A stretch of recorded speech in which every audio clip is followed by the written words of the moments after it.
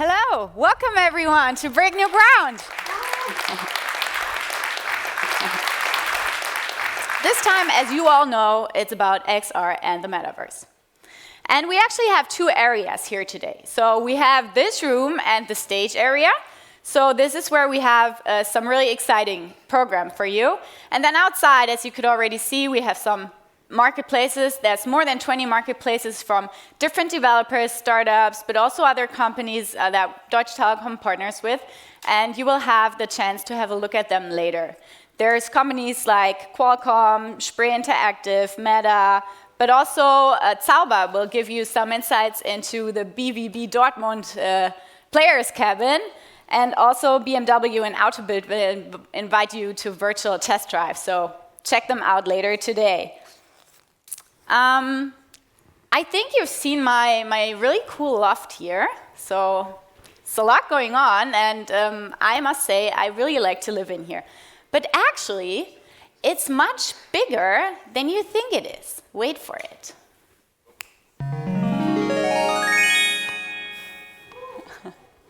Isn't this nice? So let me introduce you to my loft. So we have our little home office area right here, where we will see some great keynotes from SAP and Qualcomm later today. Then we have our living room, where we have some, I have invited some really cool guests to give some live demonstrations of XR use cases. And then we have the kitchen area, which I really enjoy. And here we will have some panel discussions later. In the afternoon, I have invited a bunch of developers who will present their ideas and innovative solutions to all of you. Oh, the door's open. Come in.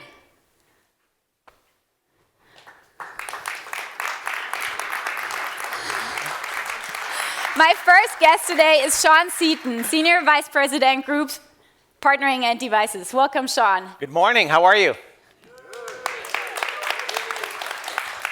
It's great to welcome you in my apartment, but I thought Sven would be with you today. Where is he? Yeah, me too. I thought Sven was here. Ah, there he is. Yeah, hello. Hey, Sven, how are you? Welcome, Sven. And Sven's going to be here for a little while. He's going to get a chance to chat with you in terms of his teleportation, and let's see what he has to offer us in a few minutes. Sven, do you mind standing by while we finish a little bit the opening introduction? Sure. Very good. Sven, can you give us a wave? Very good.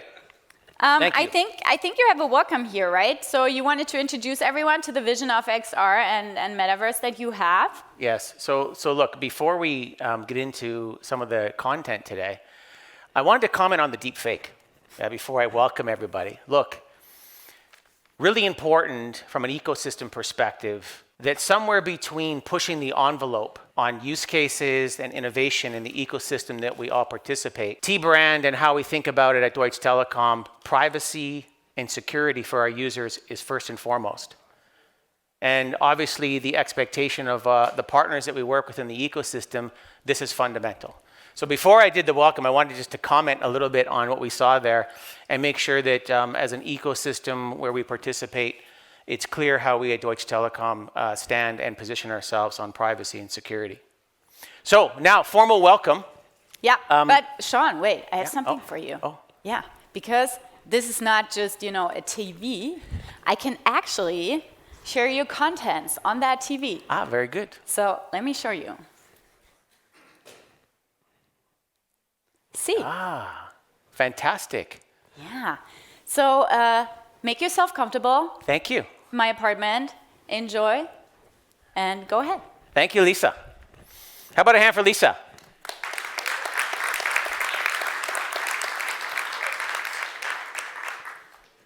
So look, let me first welcome everyone to both on the live stream, but also to all of our partners who are here today. We'll obviously spend quite a bit more time.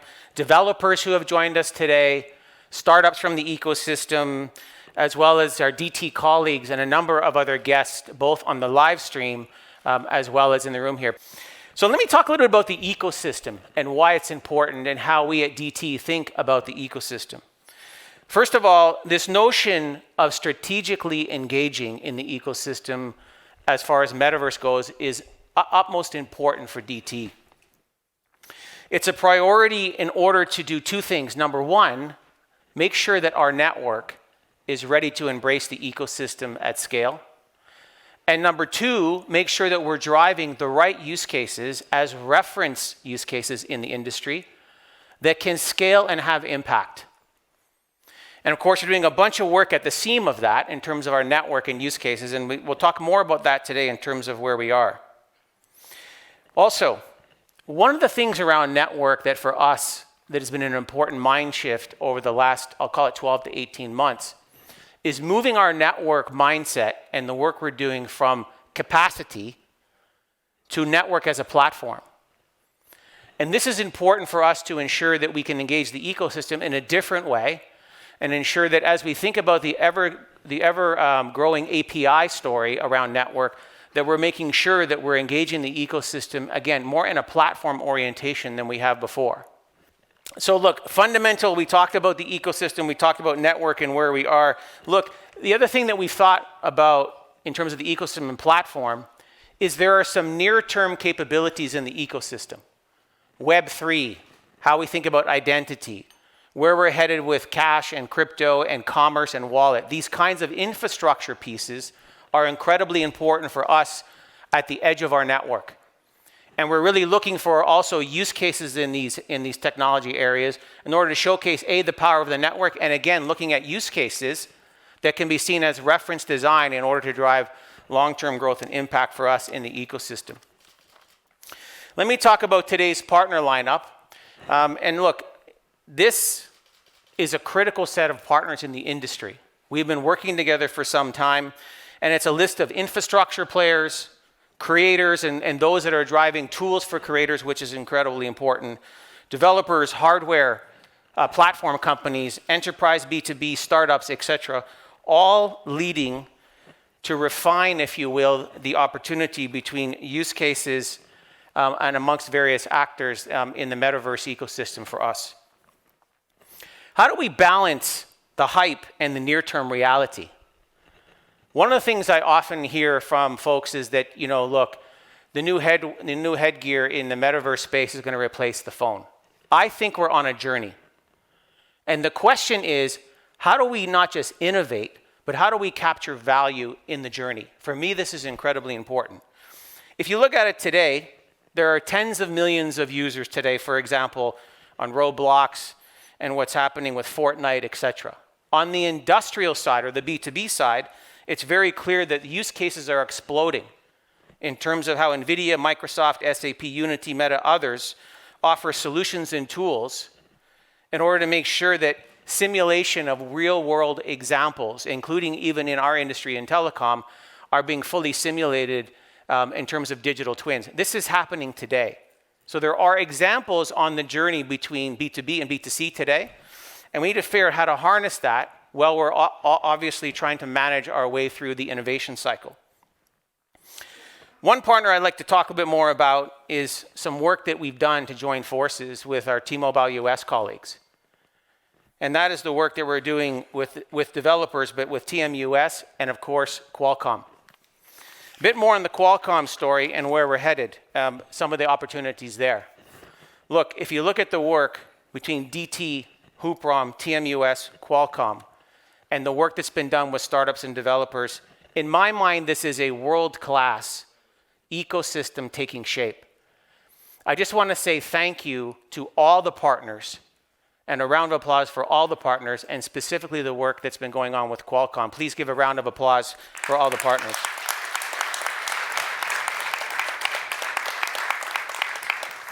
What's exciting is this kicked off in the summer, and together with developers, creators, startups, today we welcome the 11 final startup presentations, which is exciting. So a hand for the startups who engaged in the top 11. Please give them a round of applause.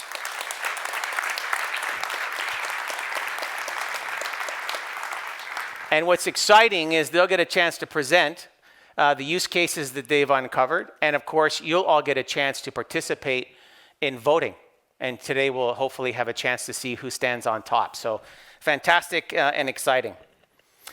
Let me close a little bit on why is this important, what we're doing with the hubraum team and the Qualcomm and in the ecosystem, and quite frankly, cross-Atlantic from a scale point of view with our friends at T-Mobile in the US.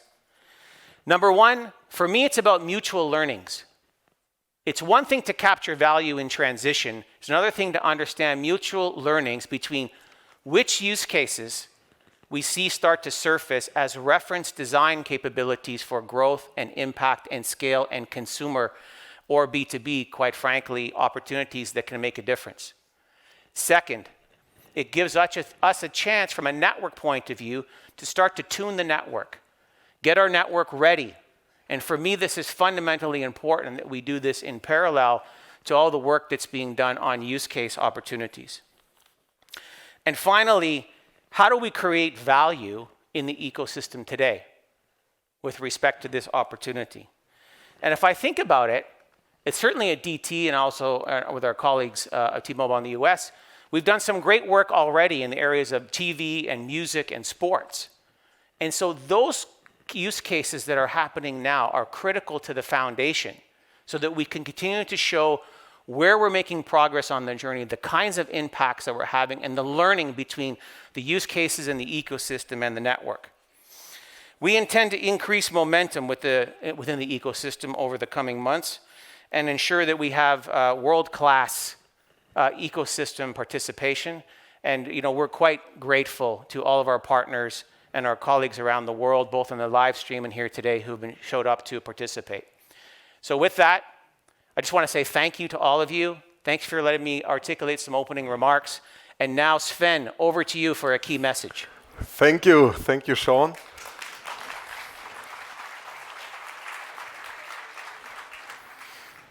Good morning and welcome from my side as well. I must admit it's quite new for me to hold the start of a session and not being in the room. But that's how technology is evolving, I guess. And we had our last XR day almost 3 years back. And that time I was there as a hologram, but we had to pre-record it in a volumetric studio in Berlin. We had then to film through a Magic Leap camera and project it on the screen. And now how technology is advancing today, I'm talking live to you guys, and everybody can see me without anything, any help or any glass or anything. So technology is advancing quickly, and I think we'll get even further and have a lot of holographic experiences we can share in different forms and shapes. So really excited. After 3 years, because of Corona, we couldn't show our news, and today we are here with a lot of great partners, a lot of great startups showing a lot of solutions to you, and happy to share these and really excited.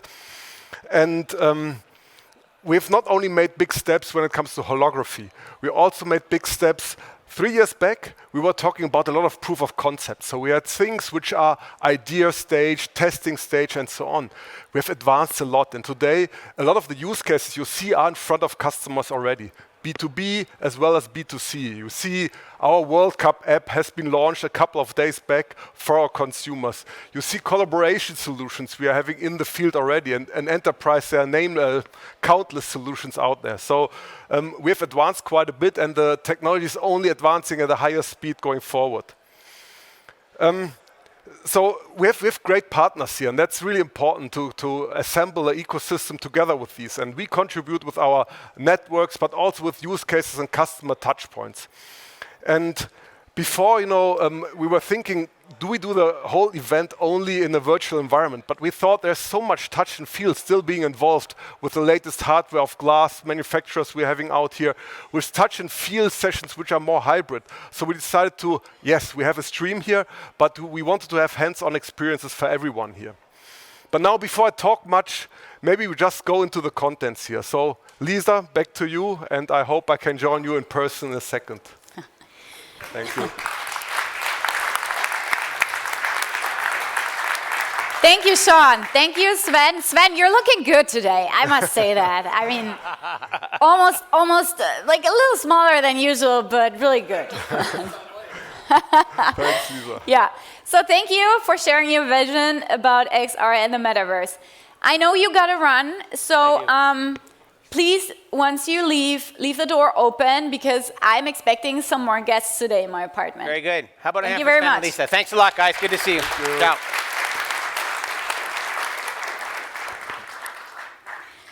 My next visitor is, he will give us some insights in the so-called industrial metaverse. He's a real innovation pioneer. He's always looking 2 corners ahead to find new innovative solutions to help companies grow and create value. Please join me in welcoming Vice President, Innovation and Pioneering at SAP, Ashraf Hamed.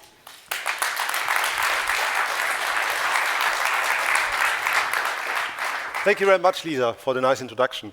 And I'm really proud to be here. And perhaps before I start, a very personal note. So if you look just outside here, just on the other side of the river of Bonn, I actually was born there and I grew up there, just on the other side, and went to school there and had a lot of fun in my previous, let's say, first decade of my life. And I'm really pleased to be here to come back and to see Bonn again, and also to give you hopefully an inspiring keynote about things which I'm passionate about. So I'm passionate about innovation, and I'm passionate about customer care, actually. That's the 2 things I'm really passionate on. And today, in the next 25 minutes, I'm going to talk with you about 4 main things, which I hopefully are important for you. First, about the shifting expectation of young generation of kids and also grown-ups. Second, about the 4 interpretation of the XR metaverse, so how we see that. Then I'm going to talk about business use cases, business processes, and also business requirements, which are actually also was mentioned before, which are quite important. And last but not least, and thanks actually to Deutsche Telekom while we're here, we expect also that we all join forces and collaborate together and also build up new use cases, which actually are important for B2B and also B2C, which were actually mentioned also before. So, but before we start, let me a little bit explain you actually what is the metaverse. That means we heard a lot about the metaverse, and actually here are 7 rules that govern actually the metaverse. And perhaps you see that a little bit as fun facts. So nobody knows what the metaverse actually is. There's so many interpretations actually what it could be. Second, the metaverse is at the same time dead and making trillions in 2030. Third, the metaverse is always coming in 5 to 10 years, every year. So I'm waiting for it forever, actually. Fourth, words about the metaverse are more profitable than the metaverse itself. Perhaps that's the reason why I'm standing here. Fifth, the open metaverse is built of walled gardens. Sixth, nobody knows how to come from a strategy to a realization. I mean, that's actually the common problem which we have. Seventh, the metaverse is the internet, Mark Zuckerberg, or both. Yeah, that's a little bit of inspiration, actually, to give you a little bit of insight how we see that. But you know what? We heard the same concerns some time back. So here's a clip and an interview of David Letterman, is concerned about something which is coming up, which was called at that time the internet. Yeah, but you know, it's easy to criticize something you don't fully understand, which is my position here. Go ahead. But I can remember a couple of months ago, there was like a big breakthrough announcement that on the internet or on some computer deal, they were going to broadcast a baseball game. You could listen to a baseball game on your computer. And I just thought to myself, does radio ring a bell? You know what I mean? It's just... There's a difference. There is a difference. It's not a huge difference. What is the difference? But you can listen to the baseball game whenever you want. Right. Too. Oh, I see. So it's stored in one of your memory deals, Exactly. and then you can come That's back the a year RAM later. thing you talked about earlier. Yeah. Do tape recorders ring a bell?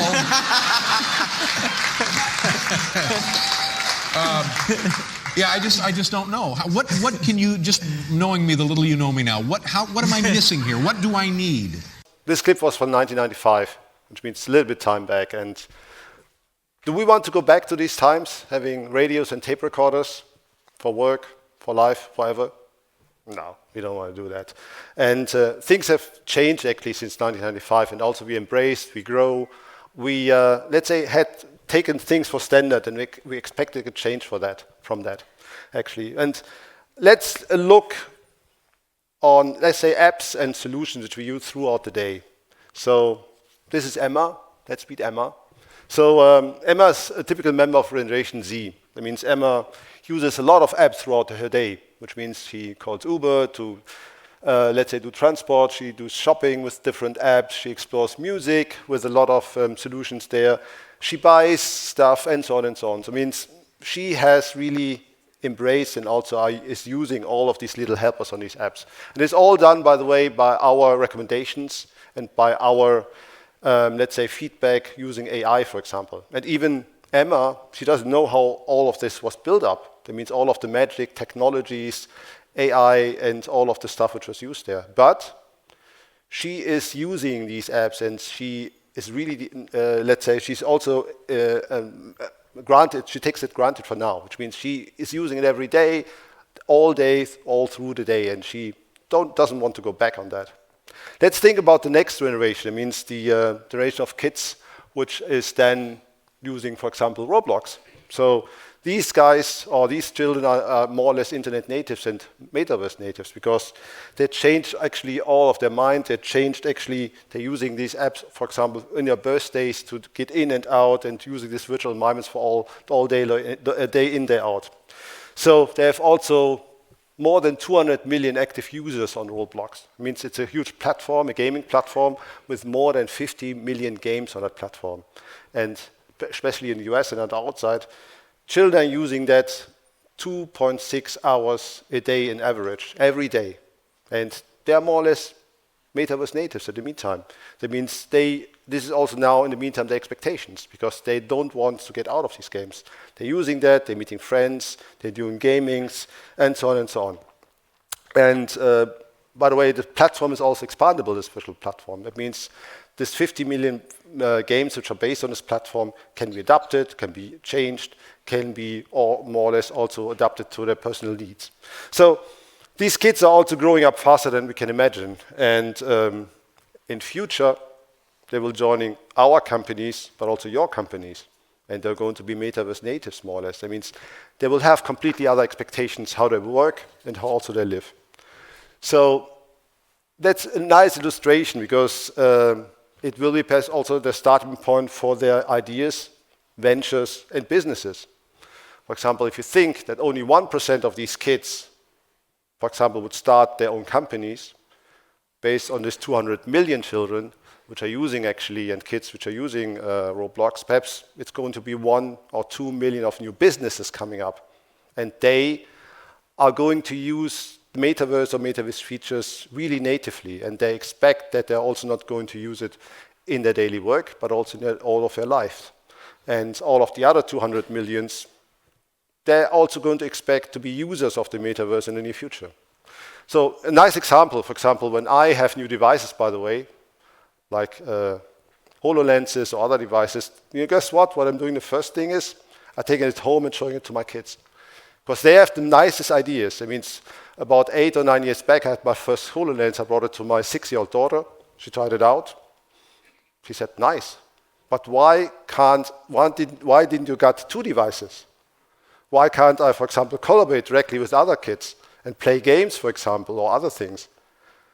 If you look at the office space where I showed that device, they said, well, it is clunky, it's big, what can I do with this? Children supposed to have and look into really the future and also into possibilities, what you can do with that, and less about the clunky device and less about the usability.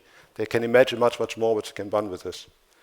So let me also look at the mega trends which we got from analysts. And there's a lot of ideas which you actually can do, which we also have seen outside with metaverse, also metaverse-like features.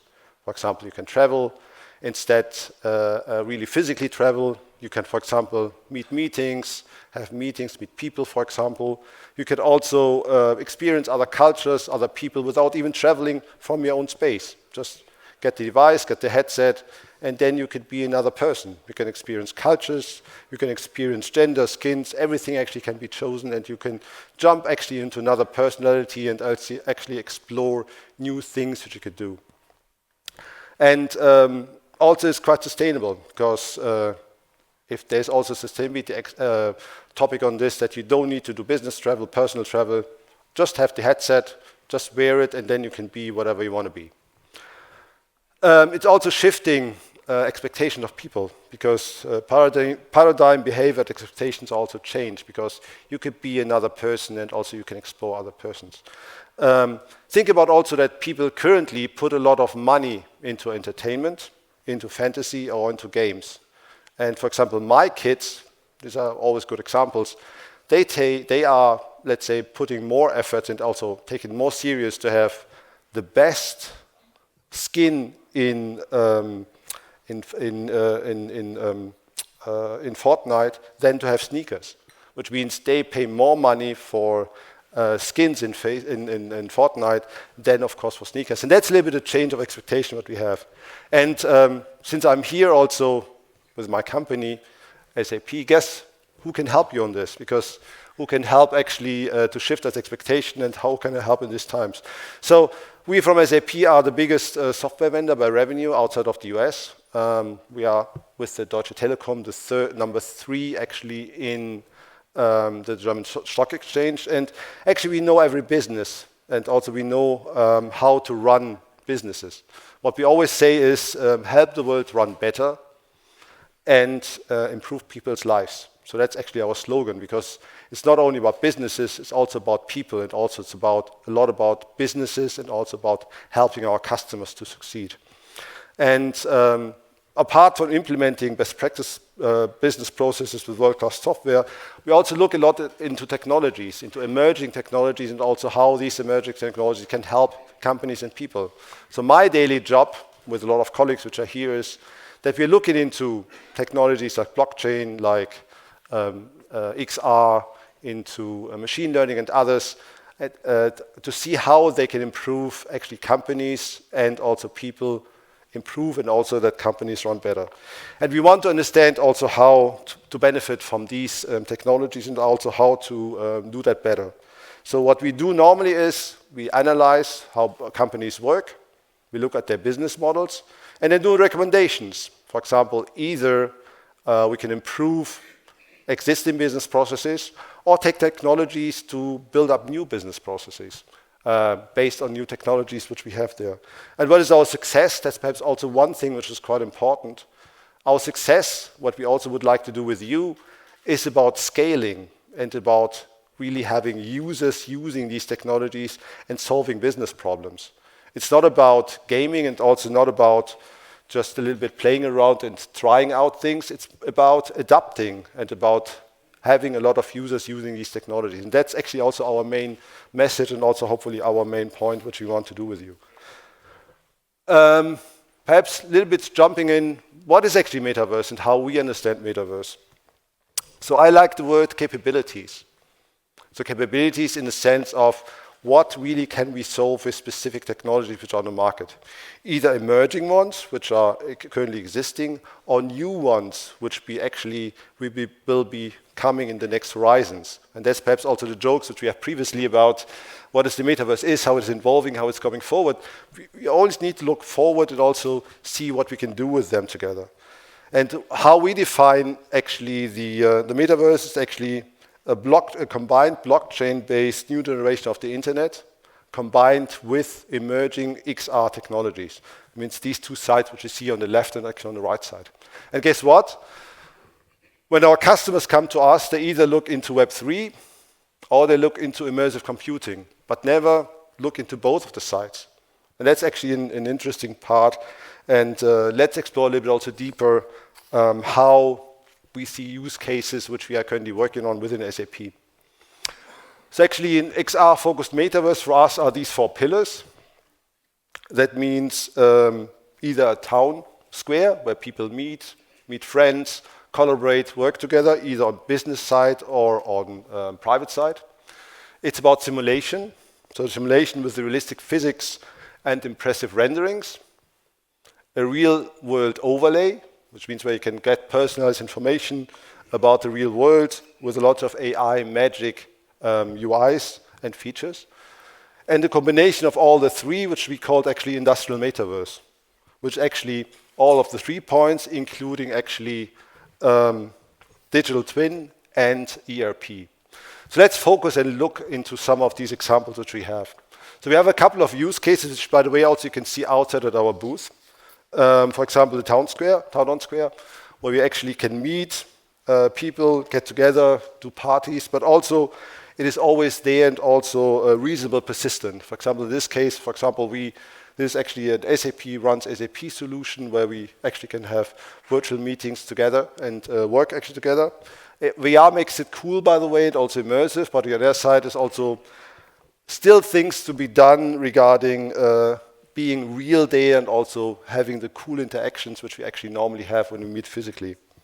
In the business context, by the way, you can think about collaboration, having meetings, travel around the world virtually, but also use cases like service and support, which we have, or use cases regarding onboarding new employees, for example, which we are also doing with these kind of immersive experiences, so that when we have new employees coming inside your company, you can, for example, guide them how to do, where to go, what to do, and link that actually also to other use cases. Next, what we have is actually simulation. So the simulation is actually replicate the real world as accurate as possible, so that you can experiment in it and learn from these experiments. In this case, for example, we have created actually a virtual world with a lot of business processes, so they can really showcase our customers how end-to-end processes in various industries can run. For example, you can train workforce, you can do also AI there, you can experience cars and so on and so on. In this case, for example, we have an experiment or a solution where you can really build up cities and do city planning with simulation and also with knowledge graphs before really you tender it and also give it to your suppliers to really build it up. You can simulate grid load, wind speeds, and actually other things. And there's a lot of other scenarios regarding designing your products, planning supply chains, doing optimization of warehouses, and many, many others. And here you can see actually also the simulation features, which I mentioned previously. Then next we have, of course, XR Metaverse as a real-world overlay. So the real-world overlay is about building up a realization of the real world with a lot of overlay regarding location, places, machines, and so on. And in this case, actually, you see a lot of industry-based use cases of manufacturing, of service and support. In this case, also you see how we can also build up a replica of the real world, which you can actually analyze. And the combination of all of that is then actually you can also see games, for example, and gaming platforms, how we can build that up. And here actually you have a digital twin of several machines and several components. Finally, actually, you have the industrial metaverse, which actually is the combination of all of them, which is actually a network of digital twin that links actually physical assets and digital assets. So it enables manufacturers and actually customers to work jointly together and also get insight based on the real world data. For example, in this case, you see actually an example regarding warehouse management. And the characteristic is actually that you can take the real data which we have currently and simulate it and interact with the simulation model with real-world data so that you really can mesh real-world data with the simulation data which you have. And again, existing enterprises don't go away, but you can actually not simulate all aspects of the digital twin, but actually you can simulate it as accurate as possible actually. So now these are all examples which we have actually, which we are currently working on within SAP, but said before, that means how can we help our customers thrive that actually more realistically? And that's actually something where we're looking into revolutionizing the business process actually. You have seen previously that we said SAP is actually one of the biggest, let's say, business software vendors. And what we have analyzed is actually that these 4 categories of business scenarios are used by mainly all of our companies and all of our customers.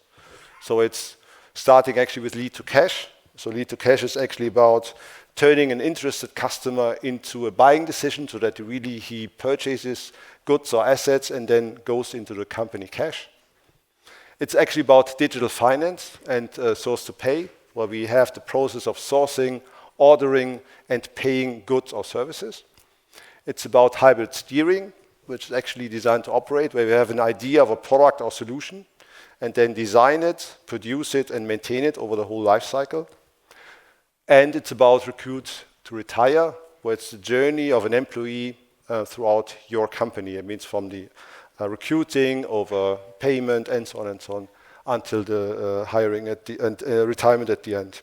And if you look at business processes, how we define it is actually that the business process actually is how employees and businesses are working together and interact. And at the end, you get actually a product or service with specific activities that the enterprise provides. I mean, that's a simple definition actually what we have. And that's actually where we are in, and also where we have actually world-class software and also world-class processes and portfolio which we can actually run and help our customers to succeed. So if you look at these, for each of them we have business, we explore how the metaverse can help us and also how customers can benefit of that. And we can also show that to you at the booth, a couple of examples what we're doing with these 4 process categories at the end. And you might ask yourself, okay, why is this important and why is this relevant? Let me tell you a quick example which I had with one of our customers a couple of months back. So I was visiting them. They were based, or they are actually a telecom provider. And they told me, okay, we have now a metaverse scenario, which is great. We executed that. It's actually about e-commerce with crypto and at the end the wallet. And this whole process runs and we are quite happy. And then he looked at me and asked, why do we need SAP? And then I mentioned to him, good, if everything is running, then it's fine, but how do you manage your actually your profit loss statement, your general ledger? How you do taxes? How is this process actually integrated actually also with your retail system? Do you thought about that? Oh, we never thought about that. So which means he created a use case and a showcase which was actually decoupled from his other processes. And there actually we come into play and can help actually the customer with our innovation and also our, let's say, solutions. So how can we also support you? Because actually that was also mentioned previously why SAP is also big into actually services and how we can serve companies. I mean, we are from SAP are supporting 99 of the 100 biggest companies in the world, or 99% of the top ones. We understand business processes and industries, so we have knowledge in creating, concepting, implementing, supporting, and extending business processes on a complete supply chain, for example. And important are these industry standards of reliability, for example. BMW runs, as an example, their production, supply chain, logistics processes with SAP, and they want 100% uptime and really reliable solutions. It's about interoperability standards and formats, which means where also data is exchanged. It means you cannot think about a scenario actually isolated. It must run in an end-to-end process, for example. Things which I mentioned also previously, security, GDPR, and also all the other regulations which are different by country, for example. These are also all important. It also need to take into consideration, and many, many more things which we can also later on also talk about. So, by the way, how do we do this? What we think is no company can do it themselves. That means it's great and it's invaluable that Deutsche Telekom brought us here all together. This is important. But we need to find synergies and partnerships. And for example, I visited another customer a couple of weeks back. He said also, within 16 days with 2 developers, he created an internal metaverse-like platform for collaboration, for data exchange, and for presentation modes. And he said it's great because he used some of these partners here. It's actually a great story because what we see is nobody can work alone, and also nobody can just do things by themselves. And therefore, I see here a lot of companies which are really best of the best regards of infrastructure, regards of hardware, regards of developer tools, cloud platform, metaverse services, and so on. And together we can profit together, and also together I think we can make a big thing where we really can scale and build up scalable solutions and scalable platforms actually. So before I close, really just the best practice which we actually normally share with our customers. So when we go to customers, we ask the customers, the very first thing is, what do you want to do? What's your mission in the metaverse or a metaverse-like platform? So why are you going to enter that? Are you planning to look into optimizations, into extending your normal business processes in the sense of that you want to use technologies to build up something new? Is it just that you want to transfer your existing processes actually into a metaverse-like platform or into an XR platform? So tell us a little bit about that. And that's actually the exploration part, which is sometimes quite hard because it needs a lot of imagination often for our customers. But we help them into that. And based on these use cases, we then develop a value-based strategy. And value-based strategy really means what is in for you regarding optimization, regarding savings, regarding perhaps entering new markets. But that's important questions because it's not gaming, it's really about businesses. And if it is about businesses, then it's always about investments and about scaling at the end, because it's not going to be a small user base at our customer side. We're dealing with big customers. We're then asking, okay, how can I scale it then to 1, 5, 10,000 employees? And that's actually the thought process where we would like to help you. After this, normally we create then, if you know the use case and when we know the scope, we develop then a small concept car, which we then scale, learn and adapt with a small user base, and at the end then scale it and also embed it into business strategy and also into the business operation model. So I hope you enjoyed a little bit my little speech and also the starting point. So thank you very much for this. So what we look today is actually the shifting expectation of different generations of people, of youth, and how they will grow and adapt, adapting technologies. We looked at the forwardization of the metaverse from a very small one to a very big one, where it is full-fledged. We heard about business processes, use cases, and business requirements. And thanks a lot to Deutsche Telekom. Today is the best time to, let's say, collaborate, find synergies, and perhaps develop new use cases where we all will grow with. So that's actually my aim. And again, myself and my team are outside. I mean, it's happy to meet you and happy to explore many, many more use cases. So I was a little bit nervous, but hopefully it's okay. And thank you very much. Thank you so much. Thank you so much, Ashraf. Thank you. This was so inspiring. I hope all of you will take some great takeaways away and make sure to visit the booth later today. So my next guest, I'm actually pretty excited about him because his company is doing so many special things. He founded his first company for digital media actually in 1997 at the age of 13. And today he's the CEO of ValueCap, the first commercial volumetric capture studio in Germany. So please join me in welcoming Sven Bliedung von der Heide. Sven, come on in.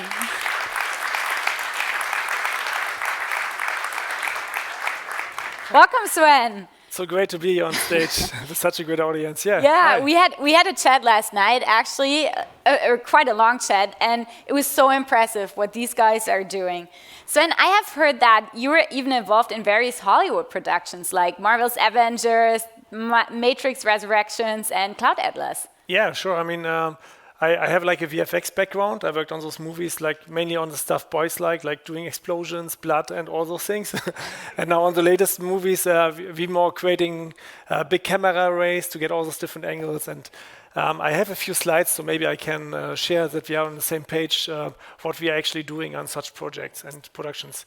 And then actually I have also like a demo for today, and this will be more like a reaction video because I haven't tried it so much yet, and you will try it for the first time. You haven't tried it before. Okay, I'm all in. Yeah, and the whole demo is based on 5G, so it would be great if we not use our smartphones in this room so much during this time now, because it will lower our quality quite drastically. But yeah, it will be I'm quite excited to try it out, to have a full 5G presentation on the stage with not like usually like fake routers and so on, or full 5G just from a smartphone and in VR headsets later I'm on. excited. Oh my God. Yeah, but maybe we can share.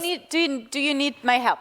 Let me know. What do I need to do? Actually, maybe on the table, if you could make a bit Okay. of room for later. Sure. But I think I just share a few slides right now from the laptop here, so you can see that we what we done, and just a quick overview actually about the technology what we have developed. Yep, you already introduced me. I think we can let me check. Skip my name. Some of the movies I have worked on, and actually we have a volumetric capture studio, and this enables us to capture real humans with motion, with all the details in 3D for 3D spaces. And this is something I don't want to dig too much into yet because we don't have so much time. But you see that this is all real-time rendered footage, completely CGI out of Unreal Engine in this case, so we can just capture humans, and this is one of the most challenging things, having humans completely volumetrically represented in 3D spaces.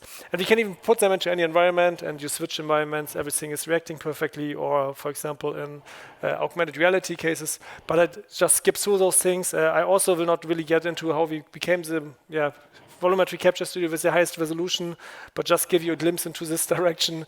Those are the different resolutions available on the market, like full HD. Then you have the 4K resolution. Then the Alexa, it's the latest cinema camera which came onto the market, 8K. And this is just one from our cameras that we are using in the terms of resolution. And then if we zoom even further out, then this is our old studio, which we had till the beginning of the last year. And this is our new studio where we capture with more than 3,000 megapixels per frame.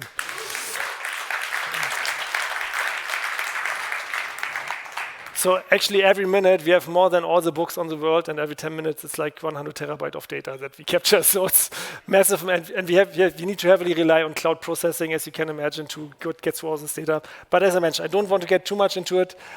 Just one little thing to also share. Usually you know those game characters in comparison.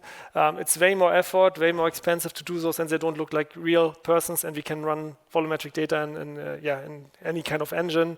I also will not really dig into our catalog, so you can know people off the shelf. Just select your 3D engine tool, place them in your environment if it's empty, press the render button, and then basically you have your fully CG rendered scene. And I also will not really get too much into the metrics resurrection stuff. Some of the parts a bit deeper, but not so much. Where we also captured, like here you see our studio with the main actors captured in the studio, and then afterwards the beauty is we can just this is now the full 3D render, and you can pause them in any moment, turn around, do like this kind of crazy kicks and moves with them. And we also did, just to mention, a complete underwater studio. So we created like underwater housings in just 3 months to capture underwater volumetrically. It's the first time actually, we achieved that. And this is one of the beauty shots. Those are all topics I don't go into much now. Also, just to show you, those are camera rigs we have built for feature films. It's kind of crazy. So what I want to go today, or what are the topics I want to dive to today more is really like what is the new way of content creation and how we see it. And because of a lot of these technologies from the movie industries are getting more and more into the real-time domain, and we will now experience those things in the near future, also mixed reality and virtual reality. And just a few things what we have done here. This is just one shot, for example, where we moved the camera through the corridor, where we captured the whole corridor, and we didn't render 3D data. We actually used machine learning and trained machine learning to render all the data. So what you see here basically is not image from a camera, it's a completely machine learned processed image. So it's completely drawn by artificial intelligence. And also you see like super bullet time effects, which we could achieve with that. We can change camera angles. So basically AI understood the whole room with the timing, and we made it also consistent temporarily so that everything stays quite realistic. And the beauty of that is actually that we don't need to render any frames. This was 2020. Actually, it took us like 1 month to just process the data, just to give you an idea of it. And the beauty is we can also train it wrong. So the idea of Lana Wachowski, for example, was how can we integrate some glitches? So here we trained it on a wrong understanding of timing. So we get very artificial or like artistic with the data. And those are things you can never create with normal post or compositing tools, actually. And this is something where we really dig into how we can render data not just with meshes. And one thing, just to mention, we now started with deepfake also in 2020, where we created specific camera arrays to capture high-resolution face data to use it for deepfake training data. So here you see an actor. We have the camera array actually in front of the actor, and we get such high resolution that we can then afterwards very easily blend the faces from one actor to another. So on the top left, you see basically Trinity. On the top right, there's Bugs, and when she moves, basically the face is replaced from all angles. And what we now developed, this is actually our latest setup, what we created. We use it right now actually in another Hollywood show in London for Warner Bros. This is a very lightweight rig. We just bring it in for 1 minute. We capture the face of the actor. And afterwards, we can use it. We can use the face over and over again for stunt doubles and anything else. And the beauty is how we use it is we use it directly on set. So we can train it with machine learning in the right light conditions. Because GPUs are very limited in terms of RAM. But with this trick, actually, we can train on way higher resolutions than it's usually possible with deepfakes. So we now creating the gold standard actually for Hollywood to create those deepfakes in the future.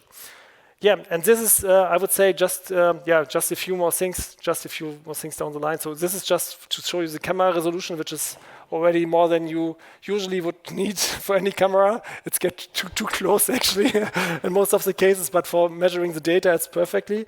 And this is a case which you can see at our booth actually, where we compare the streaming quality of 4G versus 5G in terms of mixed reality. So you can try it out mixed reality on the Qualcomm Spaces platform. And this is, I think, a very nice system setup where we have the Lenovo glasses and you can directly compare it. But let's dive into the live demo, and I'm really enjoyed if this will work. I would love if, I know it's a big ask, but if you could turn your phones into the airplane mode, that we get a good connection and not losing any kind of clarity or details. And maybe if I could get one of the mixed reality glasses, because I have. I would like to do like a reaction video to just before it was all slides, and now I just want to get a bit into a metaverse and play around with it and just see if it's how it is currently in reality, how it is working, and just try it out. Actually, I got this 1.5 years ago, not 1.5 weeks ago. This glasses, so it's very fresh, and we just ported on over some applications. But let me try if this works. Perfect. So I still can see you as an audience. Okay, we see you can see what I see. This is already working. That's great. And I think I have to quickly switch my, or just can I deactivate my boundaries at all? Okay, so I'm now in a kind of space. Let me exit this room here, look at it, and I just load a room. So this is now like, you can see it's completely live. So this should be the correct time, 11:56. And I have now here this little room with a table and the chairs and everything, and just some objects which I can interact with to play around with. I mean, this is like easy stuff to do. I think here's some heavy objects. Let's try if we can even move those things here around. Okay, and this is just to try a bit around. So here we have it's a bit trashy. Let's move this array. So let's look around. We have the XR day, art is written there, and I mean, alone in such a system is not so joyful. So maybe you try to join me. Yes. With a second, and sure. I just want to mention if you put it on, grabbing is like with his hand, grab like this. You see that? If you see anything, you can hold your hand, you grab it, and then basically you hold it. How can I make this smaller? Wait. So here's a bottle on the okay. I got it. Oh yeah, now I can see. Okay, can you see something? Yes. And basically you should be in the same session if everything works. Well, I don't see the stage, so I'm gonna scare it fall off.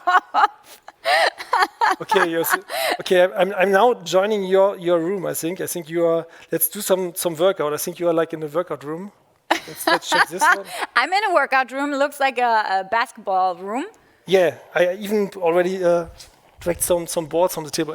Do you see like boards over here? Yes, over there. So usually you should come over and you could grab it. Okay. And then you should be able to try to throw those boards. You can even like try to throw them into the audience. Is it working? Oh my God. No, it's not. And it's really the first time for her, as you can see. Okay, I just see. I don't know. You have to scream. Okay. And yeah, usually, I mean, there's some latency thing. Usually, I should see her name and how you. Yeah, that's probably because someone still has his phone on. Yeah, I think so. But you still is it? you can grab it and you can interact, right? This is working, right? This is working well. Okay. Since I'm shooting hoops. What's that over here? Here, I can even like here. I have a little of boxing boxing simulation here. Okay. I think I see the box. Huh? I see the box like I don't know. Yeah, you can try it as well. Oh, and tomatoes. Maybe later on. But you can try those things also in our booth. I think I got a call from our engineers. I switched over to a different metaverse because the beauty is you have so many metaverses on those glasses right now to get into a call. So thank you for your little attention. And I will now switch over to a more mature system, which is more like from Meta itself, actually. And here I can actually create now a desk for me where I'm working on. Let's say this is my desk. And now I'm joining actually the Meta Horizon workrooms, which is more like for working and doing collaboration together. And let's see if my friend actually is in the call and I can see him actually. Let's look at that. And yeah, there's it. Okay. And also cool, I have complete face tracking. See that? I can now put even my controllers away because hand tracking should work quite fine. So he's now connected just with the phone actually over internet via Google Meets actually, yeah. And you see my hand tracking, this is very cool. Okay, yeah, show me the new feature. I think you need to share your screen, right? It's like an Inception now. So he's sharing his screen down into my screen over the internet. And this is now live in front of the stage, right? It's not a prepared video or something. I should be in a video somewhere in the background, right? I mean, if you walk around him, yeah, I can, I can see it. Okay, perfect. So basically, you're sharing your screen from your phone via 5G.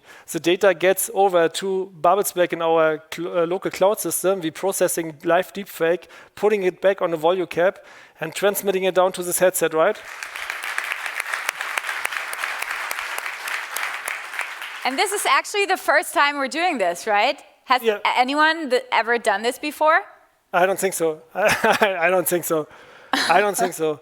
And Thorsten, are you still there on the line? Are you there? What happened with you? Is anyone else?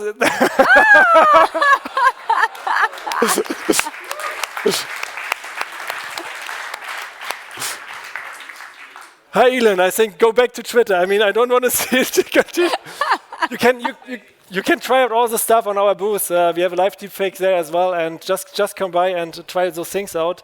I think it's the first time we actually did really like live deepfakes on a video chat conference, and everything was completely based on 5G. What you have seen here, so it's no fake big computer farm behind the screen or something like that. Completely like real-time 5G transmission. Yeah, thank you very much for amazing, Sven. Thank you so much.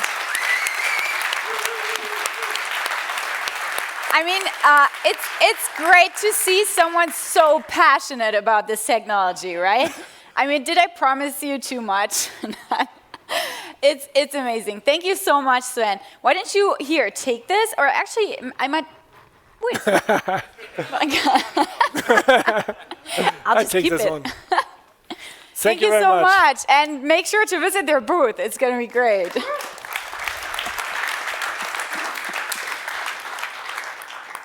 Okay, I'm still so excited. Calm down a little bit to get ready for my next guest. So I have invited someone else who is an industry expert in marketing, music, lifestyle, and telco. He works on the conception and execution of international music marketing initiatives for the next gen across Europe. And he's a brand manager at Deutsche Telekom. Dirk Eddinglo. Thanks for, I'm not sure if it works, but thanks for a nice introduction. Hi, Dirk. I'm happy to welcome you here in my apartment. Great to have you here. Actually, in the beginning of this year, I think Deutsche Telekom was the first telco to launch a digital club experience. Yeah, on actually, we Roblox, made right? it. We saw some brands running into the metaverse like Gucci, Nike, Vans, and all these brands, and we wanted to be the first telco, and we actually made it. That's great, yeah. Oh my God. Can you tell us a little more about, what Beatland is and what's special about it? Yeah, of course. Beatland is more or less, so the idea behind, maybe I start at that point, was like we wanted to try out how a brand behaves in the metaverse. And we looked at different platforms, for example, Fortnite, Roblox, Sandbox, and Decentraland, and all these platforms. And we thought about, okay, which platform will fit to our brand? And we actually decided for Roblox finally, but I will give an introduction later on that, why we did that. And yeah, actually, it was about how can we create a space or a virtual world for music culture. And we said, we have an international music marketing program named Electronic Beats with a heritage for over 20 years now and a big community. And we said, okay, let's take this and create, for example, the first nightclub or first Berghain in the metaverse with a city around that where people can meet, dance, exchange, and game, of course, yeah. Yeah. Oh my God. Okay. Also, very innovative. And actually, I think you have brought us some slides and some videos. So I would hand over to you. There's my TV. Yeah, but before we start with the video, okay. maybe I just want to explain the why we are doing it with the brand itself, because we have, in our department, we have different targets. And one of the targets is rejuvenate the brand. So we're always looking on different platforms, channels, where we can reach the young audience, where they're hanging around. And as already Ashraf said, so Roblox is a very relevant place where you have a lot of young people hanging around. Yeah. They really spend their time there. And this is why we want to try this out. And we said, okay, let's look at Roblox, let's see how it behaves, and create a concert and meet the people there and see what we can learn. And this is what we have done. And how this feels, I've brought a video with me, so let's so have a look at it. Everybody is talking about the metaverse right now. It's absolutely limitless. These are virtual spaces that are all about Generation Now. Telekom is on Mission Magenta Metaverse. Question was, how do you bring the nightclub feeling to an online world? And today, Beatland is a super colorful place where you can experience music culture.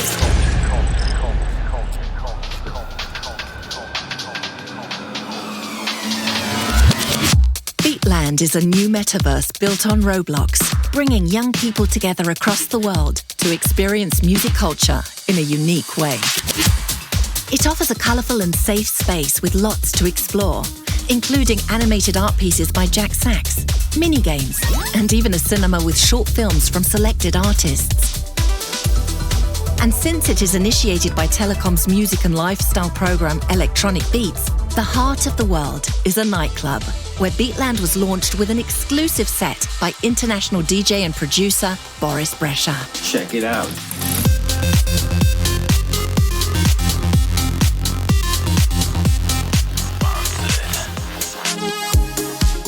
And today I would like to introduce you to Beatland, which is a new metaverse. Guys, it's such a cool experience. It's so accessible, like you can play it your smartphone as well. There's an in-game currency called Bitcoins that you can earn by taking on typical nightlife jobs, such as a record store manager, or a promoter, or a barkeeper. So now you can mix soft drinks for your friends. Use your Bitcoins to purchase outfits for your avatar.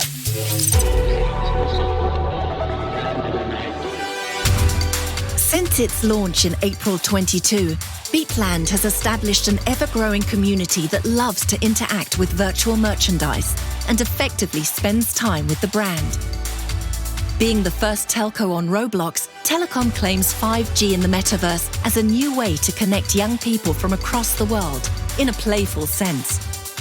Therefore, Beatland is pushing updates to keep its community engaged and further explore music culture in a magenta metaverse.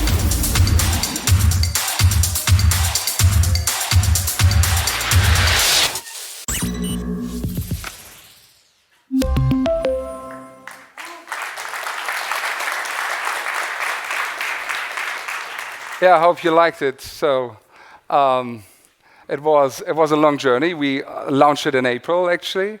And the nice thing is there are still 10 to 20,000 people each day online and experience our world and interact with our brand. And as you could see, we had these items there, like we named this 5G wings, for example, or 5G phone. So you can acquire these items, but you don't have to wear it only in Beatland. You can wear it in all the 40 or over 40 million virtual worlds you have on Roblox, right? So you can equip your avatar, you can give the avatar an identity.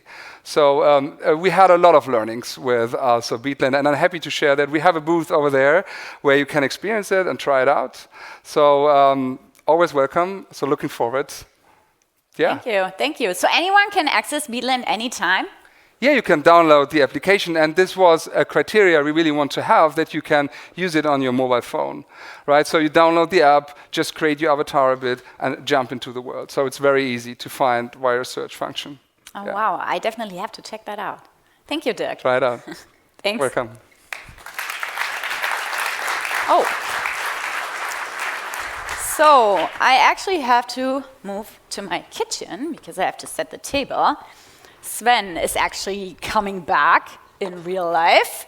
He has invited some friends for a panel discussion about Web3 and the Metaverse. So here's some water. They're probably going to be thirsty. Right here.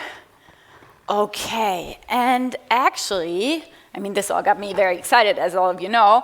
So I think I'm just going to take a little walk and leave my apartment for Sven and his friends, and you will learn a lot more about Web3 and Metaverse. Hi, Sven. Have fun. Have a good walk.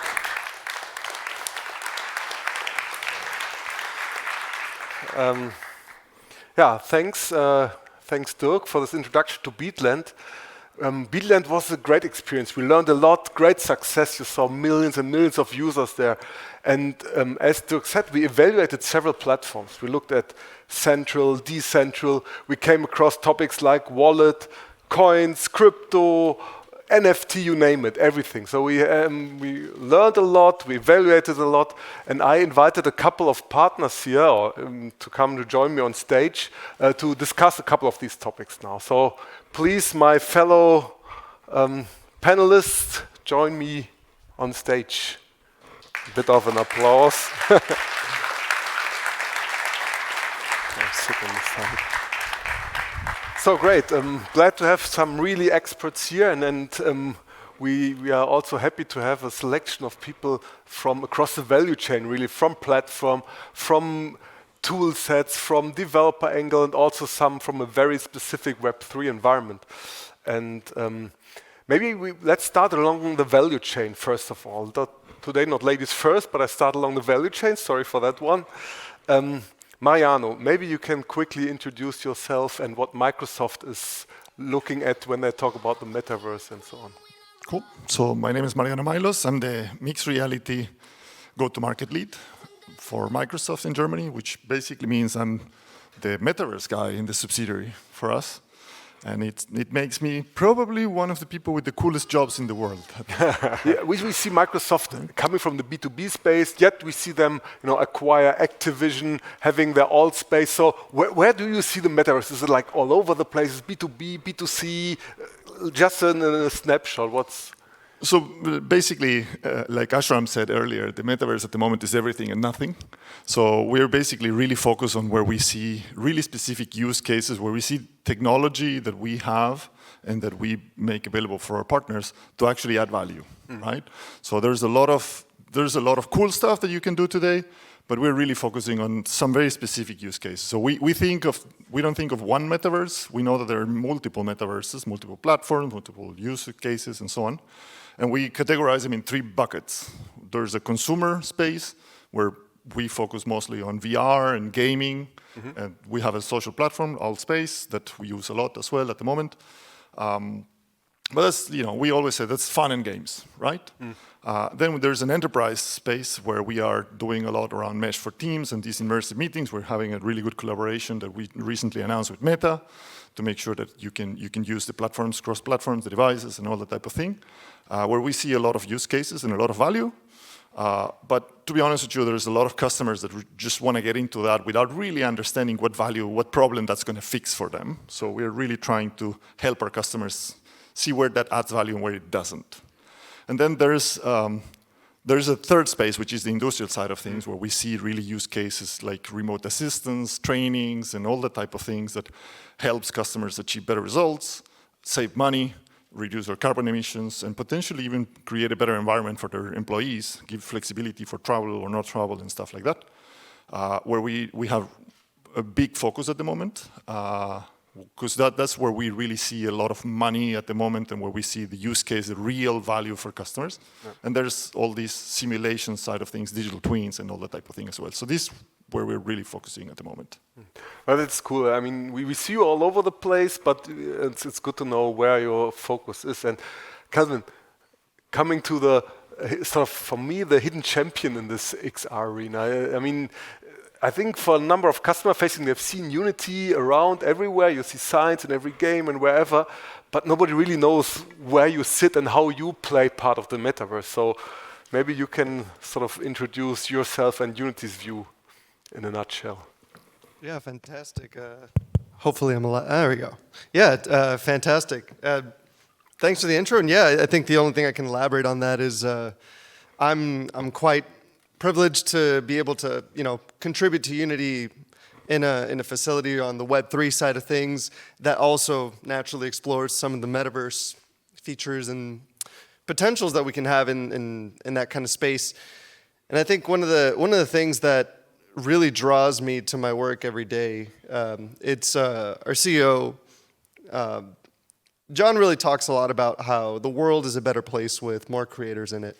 And I think at the end of the day, when we look at a word like metaverse that is so concretely yet abstractly defined, it's up to our creators around the world to really figure out what that means. And it's up to Unity to help provide the tools for them to explore their creativity and bring a real definition to this word. So sometimes, that involves other adjacent tech, auxiliary systems, pretty much crypto, blockchain, rendering, AI, networking, whatever, you name it, right? We have to be there. We have to set the platform straight so everybody can actually build the metaverse or the metaverses, whichever comes first, right?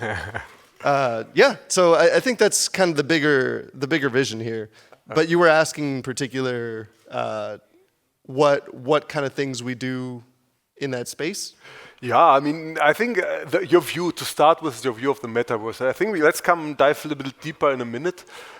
You referred a lot to creators, which you serve the creators which really make the metaverse happening. And Victoria, to some extent, you are representing some form of creator, if you will. Maybe you can introduce yourself and Streamly, for that matter, what you guys are doing. Yeah, I think I represent the creator side and, of course, the Gen Zs that are using right now games, and in the future will be the ones that will join the metaverse first, because I got my first computer before I learned to ride a bike. So I was also a gaming streamer. My first job was actually streaming games and having people watch me. And right now at Streamly, we started as a company that helps big brands like T-Mobile, for example, to reach gamers via creators, gaming streamers. But our vision in the future is a bit bigger. So we believe that the metaverse, however it will look, will depend on millions of independent creators. Because it was the same with internet. Like, internet wouldn't be here if not for those bloggers, YouTubers, and people posting amateur porn. We wouldn't be accessing internet if not for all this stuff. And in the metaverse, they will be there, and who is a creator, how much they contribute to the world will be even bigger, because they will be not only creating content, but the words and assets that build the world itself. So we as an Streamly figure out a pretty simple thing. We know how to get big brands into an industry they don't yet understand fully in front of gaming audiences through creators. And we can do the same exact thing just in the metaverse, through metaverse creators. This vision is building because I believe the metaverse doesn't exist yet, and I believe like strictly metaverse as a network of virtual worlds that is interoperable. But we want to be there, so we are right now, let's say, making proof of concepts, mainly in games, mainly through creators/games, and placing brands into it, testing what works, what can be automated, what can be scaled in the future. And in the future, we want to be the media mix of the metaverse through creators, also because nobody will want to watch billboards. So you'll have to get more creative, and there is nothing more creative than creators in the world. Thanks. I think your angle to that is a really exciting one, and really looking forward to doing some POCs with you guys and see what can be done. Markus, you're the last one here for the moment, but first of all, thanks a lot for jumping in spontaneously. We had our Nilusha from University of Münster got sick today and couldn't be with us, and Markus jumped in spontaneously, and he fits very perfectly to the topic, because I wanted to talk with you guys about Web3 and Metaverse, you know, how they fit together and where they don't fit and where they fit and how they depend on each other. And Markus, you are representing Cello, and maybe you can give a quick introduction to yourself, Cello, and how you see the whole thing from your perspective. Sure, thank you. Thanks for having me. Cello is the world's first mobile-first blockchain. With Cello, you can do very easily transactions on high-end Apple phone, but also on a low-end $10 Android phone, for example. So it's a blockchain that is optimized for the use on mobile. We work together with Deutsche Telekom on a lot of things. Here in the room, we have the Web3 team. We are very close with Jens Hermann, Markus Schorn, waving there in the back. Cello is a fully decentralized network, so it has different validators that validate transactions. T-Systems is, for example, validating transactions on the Cello blockchain. And Cello is also part of the T-Challenge. So creators, builders can build cool things in the T-Challenge on Cello. We've built this blockchain mobile first because we believe that everyone who wants to access the metaverse, for example, will probably in large parts do that on a mobile phone. And therefore, people need a blockchain where they can send and receive very easily transactions, maybe just with their phone number, for example, as their account. And therefore, Metaverse is very important for us. If you want to send in the Metaverse a payment or send a gaming token or receive any form of token, you can do that very fast, easy, and cheap on Cello. Cool, interesting. You talked about cryptocurrency now, and the question for me is always Web3 is equally to Metaverse. It's a very vague word, and we have so many different interpretations. Some say Web3 is the third version of the web. Others say Web3 is really only the part of currency and NFT and trading and so on. So it's a bit unclear. And Mario, maybe Mariano, start with you again. What's your take on Web3 when it comes to Metaverse and Microsoft in a nutshell here? So historically, when you look at things, every time that a new technology or a new big development came up, there was this period in which, in the beginning, there was this storming phase until the standards get set, right? We saw it with a million things, DVDs, we saw it with Blu-ray versus, we saw it with everything, basically, right? And I think that we are at that stage at the moment, right? So that's why there's this chaos and there's confusion about what's going on and what's not going on, right? The way I see it is that it's necessary. It's a necessary phase. There's a lot of going on. I love to see the energy of millions of people and companies just getting on board and testing things and creating things and coming up with things. We know that 90% of them won't work, but hey, it's important to have the broad base. So then when we get to a point in which there are standards there, those standards are as best as possible, right? We in Microsoft, we have a ton of different services. We have a ton of, we are a platform company. So we basically provide the platform, the building blocks. So then partners and customers and creators can come and put those pieces together. And at the moment we are in this situation that we're just trying to provide as many services and as many options as possible, all those building blocks, so then people can make the most with them. And then, as things mature and as standards come, we will obviously start cutting some and then putting more bets on some other ones and, make sure that we have the standards. But, from us, we love to see all this energy, all this momentum at the moment. We just know that it is in this phase in which things will take some time, and then some standards and some use cases will prevail and some will not.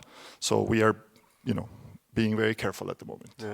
Yeah, we are also active in the standardization forum. I think it's an important piece, and to get things interoperable and so on. But you're right, at the moment it's a bit of a wild phase. And what I've experienced, we have a couple of people here which have in-depth knowledge on Web3 since like several years, when really nobody was talking about it. And when we spoke yesterday, Kelvin, I figured you breathe Web3, from deep inside your heart, wherever it is, and you have a lot more views on that one to share. So you could spend the rest of the day probably. But what from also a bit from Unity perspective, where you see the Web3 playing the majority or the major role in this ecosystem for you, and how do you bring that to your developers after all? Yeah, that's an excellent question, because something that Unity has been very careful about is making sure we do right by the creator. And if there is a creator out there that wants to build a solution that doesn't involve Web3, then building a pure Web3 solution doesn't serve them. So we have to make sure that everybody gets their opportunity to be creative in their own way. And that's been a challenge at Unity, but it's a fun challenge that I get really excited to work on, because it gives us that perspective of, okay, which side of the spectrum are we waking up today? And there's a lot of Web3 talk, and conversely, you get the Web 2 talk, and you get to see the small pockets of the Web 2.5 talks. And I think there's really something to reach there. We can't run before crawling. And I think there's a gradual period of growth, as we're already talking on this table about. And so we have to get there. We have to pace ourselves. And I think Unity is doing exactly that. We're pacing ourselves as well with our customers. We don't know all the answers. Nobody does. So let's go on that journey together. Let's go and build that. We look at products. We see where certain features of Web3 might work, and where in other places it doesn't really serve the customer. A lot of people want to try this exciting thing, but they don't really know if it's practical for them. So we do spend that time with them. We do find out, like, do you really need this, or do you want this? And if you want this, how would it serve you? And let's explore that. Let's talk a little more about that. And that's how we end up working with our R&D circles. That's how we end up working with our customers. And so far, it's been pretty fun. It's been pretty fun, mutually speaking.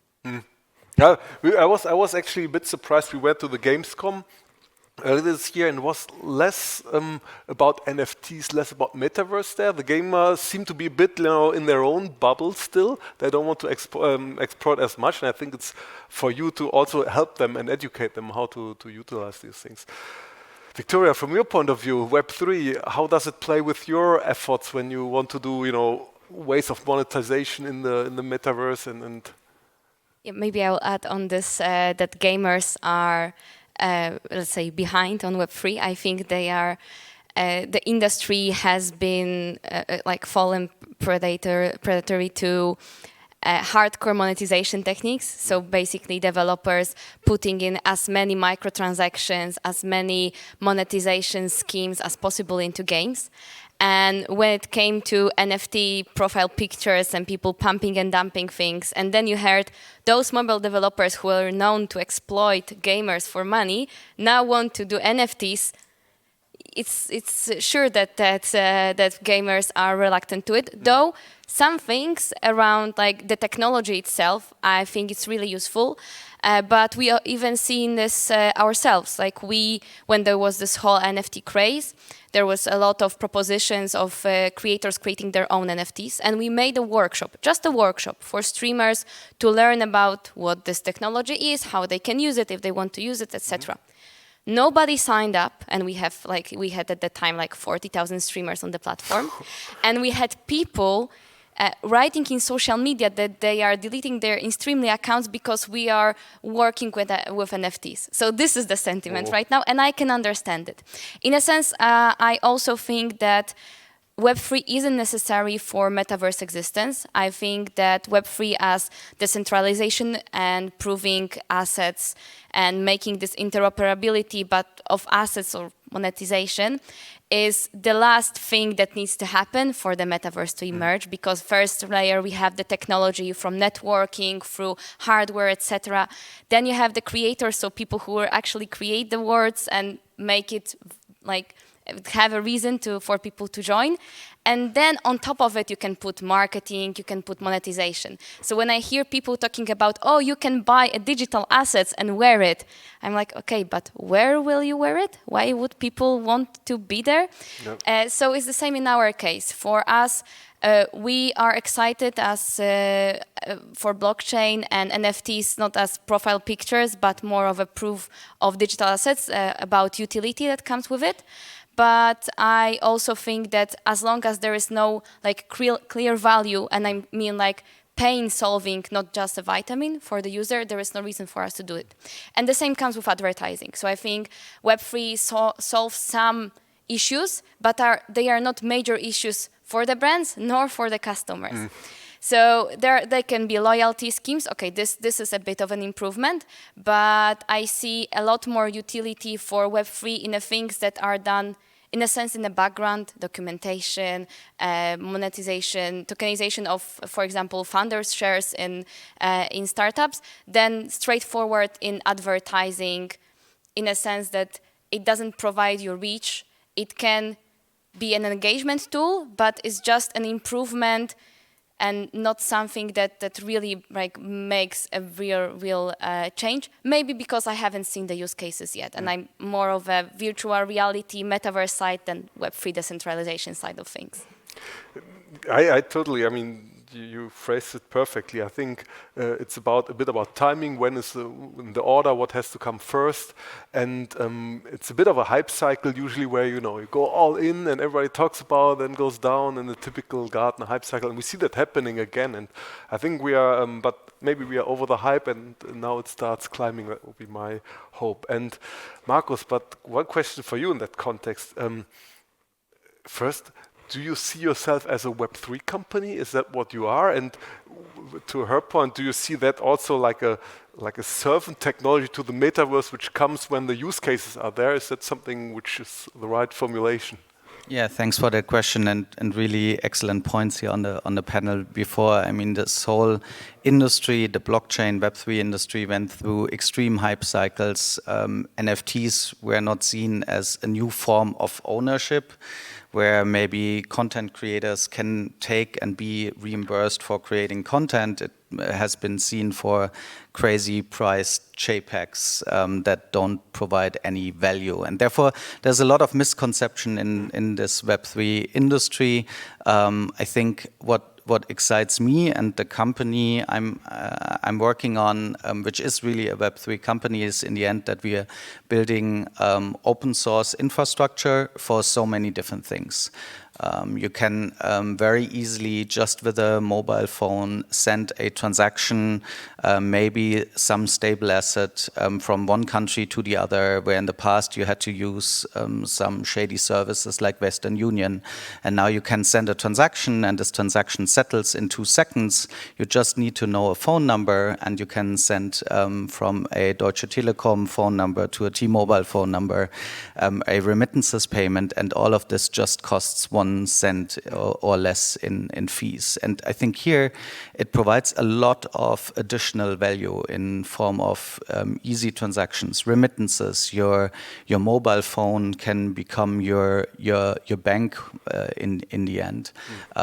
With so many people excluded in the world from the traditional financial system, this provides actually a lot of additional value. And therefore, I think this whole industry, Web3, where I'm working in, has to get better in telling the stories, what we're actually trying to build and what we're trying to solve, and go a bit away from these hype cycles where people pay, I don't know, $10 million for a JPEG or something. Yeah, maybe. Can I just really quick, two quick points from my side?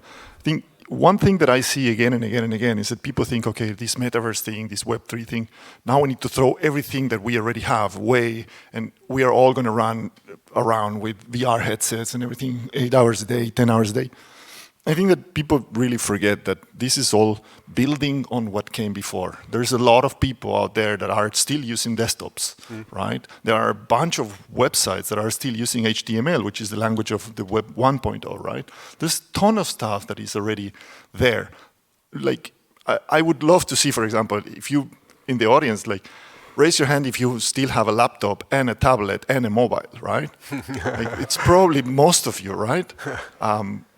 That's the way it's going to be, right? So these technologies are adding stuff that then you can use or not. Some people don't have a tablet, some people don't have a desktop today, right? But this is additional. And then the second thing is that I fully agree with you. Like at the moment, there's this chaos, and everybody gets really quickly excited about sometimes the wrong things. But there's a ton of really valuable use cases like smart contracts and traceability of for example, organic goods and stuff like that. That is actually really fixing concrete challenges and concrete problems. And sometimes I feel like we don't do enough noise about those because it's too easy to get caught into this hype thing, right? Yeah, that's exactly one question I noted on that end is we saw a lot of turbulences in the crypto market recently, right? And not positively. How do you see, and that's an open question to you guys, how do you see that impacting this whole industry? Is that some part of this hype cycle, and are people saying, okay, that's part of it, and let's now go look forward and look for the real use cases? Is it like cleaning up a little bit, or is it like really a threat for the industry? I mean, crypto and turbulence and FTX, this is not Web3. This is not what we were trying to build. In the end, what we're trying to build is really great infrastructure that can be used by every T-Mobile, Deutsche Telekom user. We're trying to build infrastructure that makes people lives easier when they want to send transactions. And in this case, transactions can be seen as some form of communication. And therefore, I think it's natural that these industries go through a hype cycle, and maybe it's healthy that now everything crashed a bit because it actually throws out some garbage of the industry. There's this Austrian economist, Schumpeter, that called it creative destruction, because with these cycles and with especially these busts, there's room for new things that we can now build. And therefore, from my perspective, at least, we now focus a lot on building and don't look too much on token prices or something like that. That makes sense. If I can go next, like I think that is absolutely necessary and great that this is happening, right? I think just look back at the .com boom in the 2000s, right? It was a chaos, right? And a ton of people like went millionaire from one day to the next, and a bunch of people lost some money, right? But look, if that wouldn't have happened, we wouldn't have Amazon today. We wouldn't have a bunch of the stuff that, we wouldn't have online banking. We wouldn't have a ton of things that today make our life much, much better, like maps and all that type of thing, right? I think that I'm really happy that at the moment there is a bit of a cool down and there is a bit of a, reality check with all this stuff, right? Because I think it was necessary. It was like some crazy stuff. And as much as it hurts to have lost some money on crypto, I think it was a risk that I took, knowing that it was a big. And I hope that most of the people that invested and lost some money also knew that they were getting into a very risky, very volatile stuff, right? I'm from Argentina. Like, you don't buy Argentinian bonds without knowing that you're getting into risk, right? That's true. That's true. But so maybe turning that around, where's maybe already today or near term the money to be made in the metaverse? And I think, Victoria, you had some ideas on that one, so... Definitely there is a lot of money to be made in metaverse by talking about the metaverse, as was on the presentation. This is where the most money lays currently. I think the big money makers always in the history are not the ones doing the thing, but the ones providing infrastructure to do the thing. So whatever you think about doing, take a step back and think, okay, so how can we make something that enables others to do the thing? So the biggest money, I think, is in the platforms, in the infrastructure, in the engines, in the networking. This is the first step, because without those things, like, we wouldn't be able to build on top of that. Then there is a lot of translating where the money is right now in the internet and making it step up into the metaverse, whether it's VR, AR, or let's say like really mixed reality, virtual worlds, interconnected, blah, blah, blah. Whatever you put in a line of buzzwords and then drop it in. And so it's gonna be e-commerce, but hopefully we'll be not walking around in a shop in a VR, but maybe we'll figure out something more native. There's advertising, of course, there's money to be made there, but first you have to get the users there. And I think that's all. But right now, I am a bit unhappy that I'm not working in the, let's say, like the core infrastructure part of things, because this is where I think the biggest advancements are to be made. And the second thing that I think comes overlooked right now, or it's like done in the background, it's our brain-computer interfaces, because I think like the ultimate vision for the metaverse for me is the one we can really log in with our own minds. It has a lot of like issues with security, because if somebody hacks your computer, maybe your photos are gone and money from your account are gone. If somebody hacks your brain, you possibly are gone. So this is the one thing, but I think brain-computer interface will be the thing in 20, 30 years. Probably you will laugh at me in those 30 years because I will be wrong about this estimation.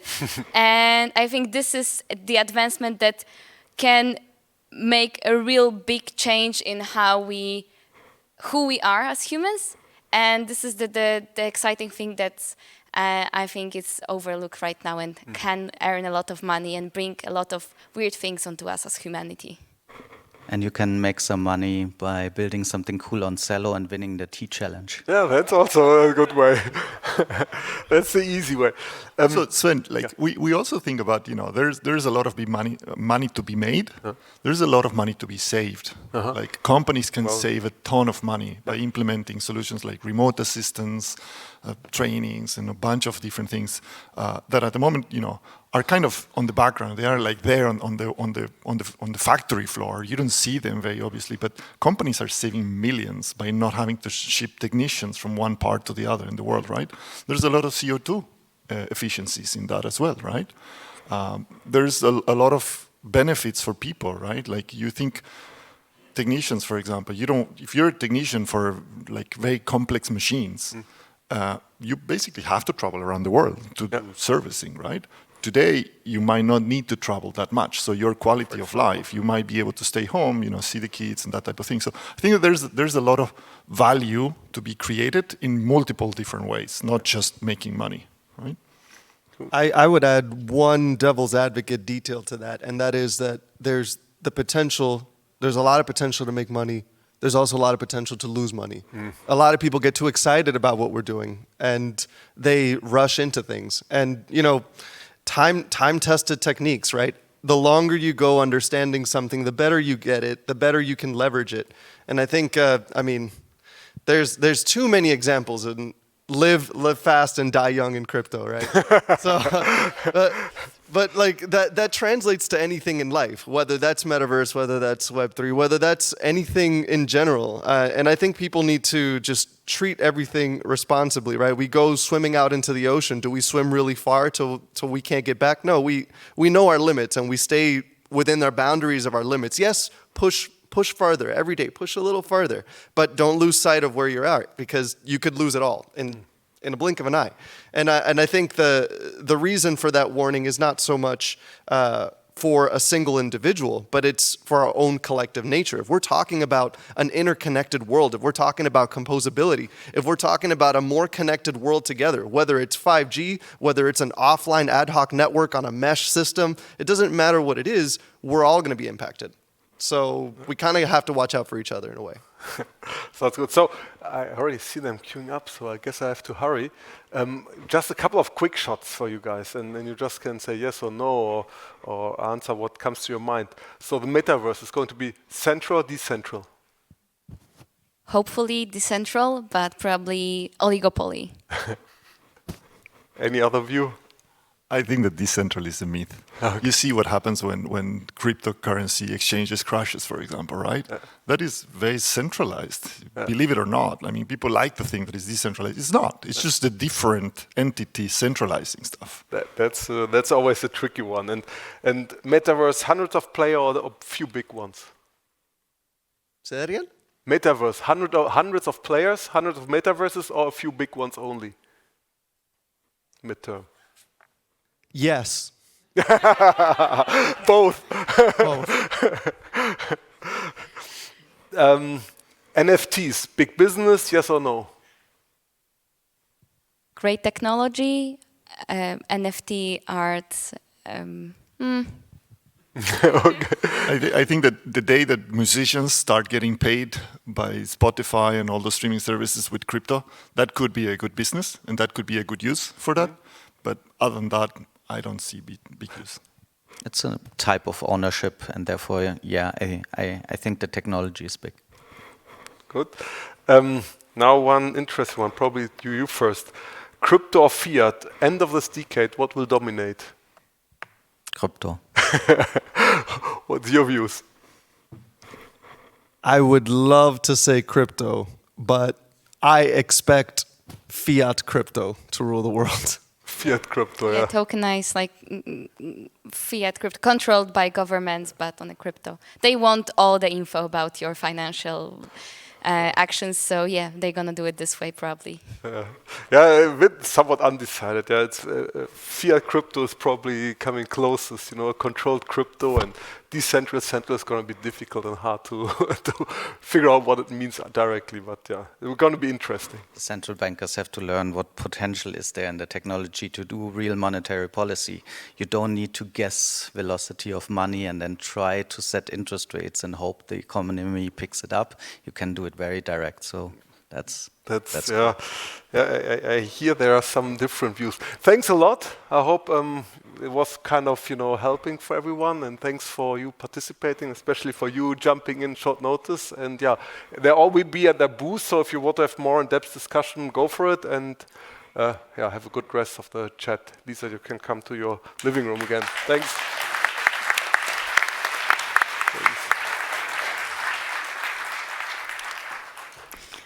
Thanks so much for visiting me. I hope you enjoyed the time in my apartment. I'm fully energized now after my walk.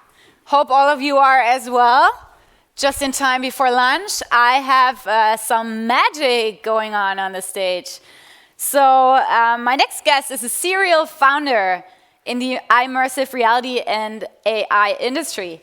He founded his first startup in 2015 and licensed his XR and AI technology to different companies such as Giphy, Unity, or many more. Please join me and welcome co-founder and CEO of Zauber, Stefan Marx.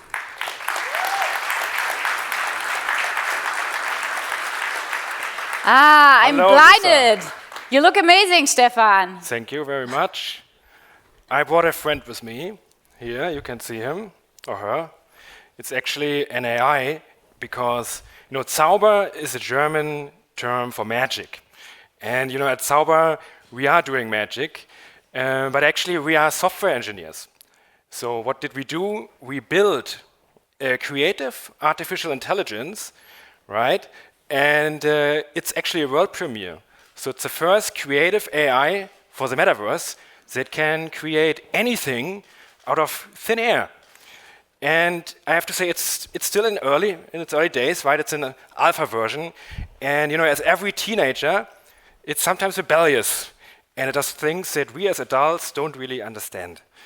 But we need to help it grow, help it learn. So let's turn this into an interactive show where I'm asking you what it should do, right? What it should create. And it will be able to do that. And Lisa, we can start with you. Yes, right? I'm always all in for those live showcases, So let's put it on the big screen here. Okay, it's a beauty, all dressed up with a bow tie. Beautiful. So I have several things we can create together. Okay. Let's start with a plant. So what kind of plant would you like to see? Okay, I'm already a little bit hungry. I don't know about you. We can also do food. We will do food in a second. Okay, a plant. When the table will be empty. But let's start with plants. What about a coconut palm tree? A coconut palm. Okay. Let's bring the summer back here. A coconut palm tree. All right. It's going to do that. It thinks a bit, you know. This is very creative. You know, it creates something that hasn't been, you know, existing before. It's a totally new kind of content. Oh, and there we go. That's cool. So let's be a bit more creative. You are creative. A bit more fantastical. So, Elmar, what would you like to see? Ah.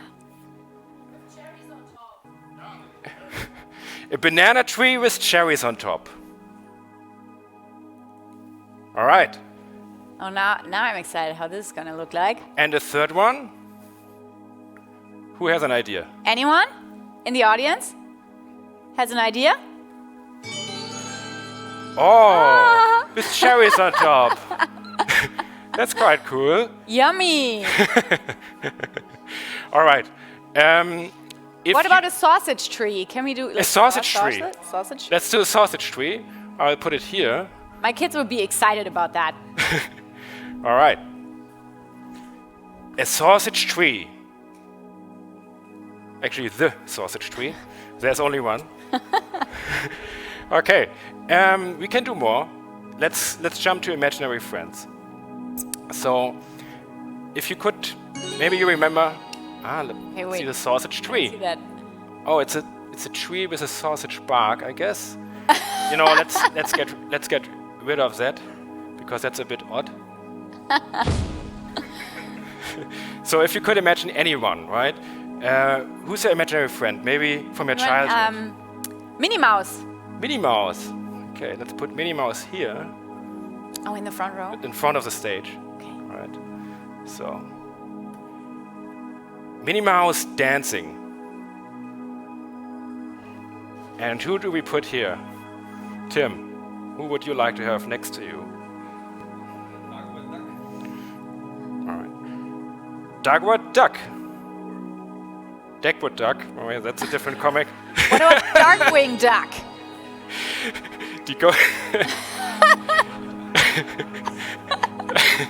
Darkwing Duck. And Dagobert Duck. Okay. Dagobert Duck. Dogbert Duck. Well, what? So now I'm curious. I'm really excited. I'm curious. So let's watch Minnie Mouse before. Who's gonna sit next to you, Tim? Oh wow! Ah, Look at there that. you. That's cool. Amazing. Oh wow! Oh now. We got Duckback Duck.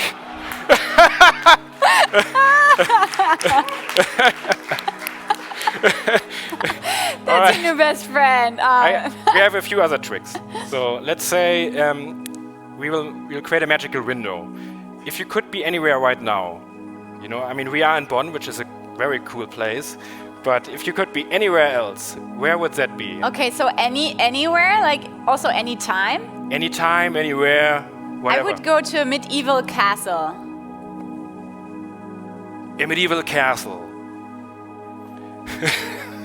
Well, whatever that is, let's see. And we put the medieval castle next to it. Let's put it here. So, oh, my apartment is getting crowded. yeah. So here, a medieval castle. Right, we got Emerald with old castle. Let's see what that is. Oh, it's a castle. This looks pretty nice. It's pretty cool. Let's make it a bit bigger because we can do anything we want here. Oh, that's good. It has also depth. So it looks like we are looking outside of this window, and now in the woods, nice. Going back here. Ah, that's a medieval castle, all right? Yes. Cool. Blue skies. I think what's also pretty cool is, and we just built this before the presentation, is that we can do rugs.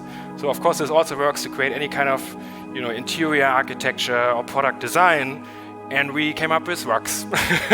Okay, I mean, okay, it rugs. makes a lot of sense because there are no really rugs here, right? No, I just So have one. There's some more room. one rug, yeah, and we can do more. So do you have a dream rug? A dream rug. Yeah. Maybe, you know, I like my apartment, you know, nice and colorful. So how about, can you also do magic carpets? We can do anything. Okay, can I have a purple magic carpet? Oh, magenta. Oh my God. A Terry. magenta Can we magic have a carpet. magenta magic Okay. carpet? A magenta magic carpet. Yeah. A magenta magic carpet. All right. Okay. While that is being created by our little AI, we do another one, maybe from the audience. Do we have a carpet lover here? Who would like a carpet? Oriental. A flying oriental carpet. Okay. I already have that That's it. in magenta. Oh! My God, can I sit down? That's a magenta carpet. You can Can I sit down on this? Like, does it work? Yeah. Yay! On a magic carpet ride. Yeah. Amazing. And we got the other one here. Oh, Oh, a flying. I like mine much That's better. pretty cool. I would buy that. Add that to the back. Is it flying? Shop. Is it flying? Yeah, it is if you want. It's a little bit. And this was the last one we just finished a few minutes before the show. So we can create any kind of dress. A dress? Right? Any kind of fashion. So what kind of dress would you like to see? What about that meat dress from... A meat dress, obviously, of course. Can you do that from Lady Gaga? With sausages or with beef or... Just regular meat, that's fine. It's like, I mentioned that to a couple of young people the other day, and they were like, what are you talking about? Who's, like, what is this? Meat. Meat, wet meat. Chicken. Okay. Maybe that's Do a the other challenge. one? Okay, I would go with a green dress. Do I have to be A more green specific? leaves dress. Okay, we do that one. And another one from the audience. Ah, we got it here. What kind of dress do we have here? Oh. Oh, nice. Whoop. Sorry, AI. That's cool. And green. Ah, here we go. Ah. So yeah, no, it creates Oh, and patterns you see your dog. and applies the patterns. But what if my apartment is getting too crowded? What do I do? Can they explode in that like funny? We can explode, Colorful. yeah. Like here. And that Great one. effect. It's amazing. So what we will do? Oh, I moved you, the guy. Sorry, Tim. What's also pretty cool is a portal. So the portal, we had the window, but the portal, you know, is more a scene of your dreams. This could be really fantastical. So, you know, it could be, you know, underwater with the fishes. Really anywhere. Where would you like to be? Where have you been in your dreams? Oh, can I? In space. Magic of Oz. Oh, that's so much better. The magical land of Oz. Okay, let's put that here. The magical land of Oz. All right, so it's being generated. And another one. To Mars, yeah. The planet of Mars. All right, and we go here. And what we will see. How does Oz look? Oh, that's pretty cool. Yeah, very green. Very tropical green. even.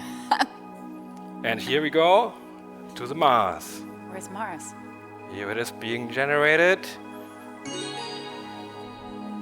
Oh, and now I can do this.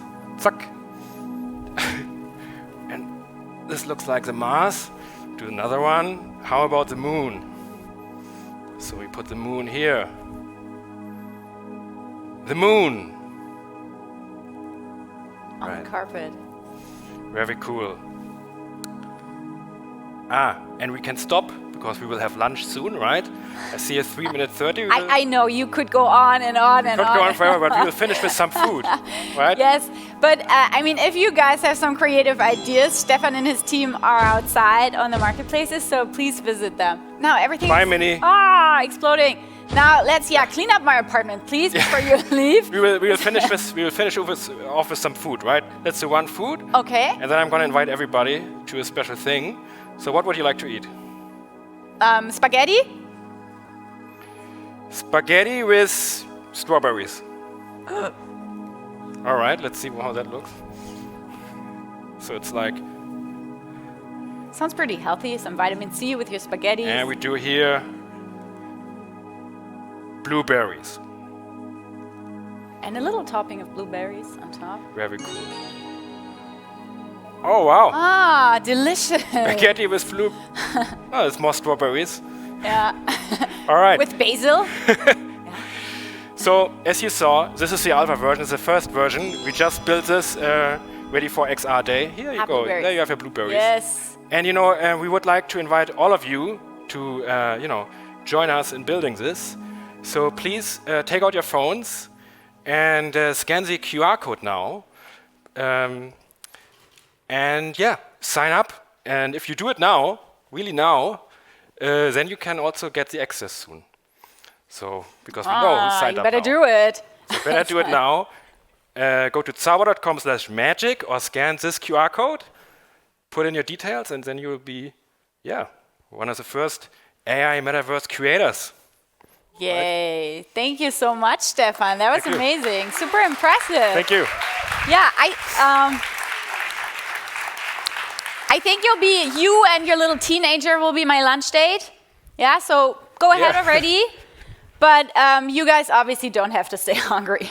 So we're taking a lunch break now for 45 minutes. And what else do we have to do? Do we have to say anything? No, just 45 minutes. We will have some time to have a look at the marketplaces. So just wander around, talk to some people, connect, network. Get inspired, and we are meeting back at 1:45. So enjoy. Thank you.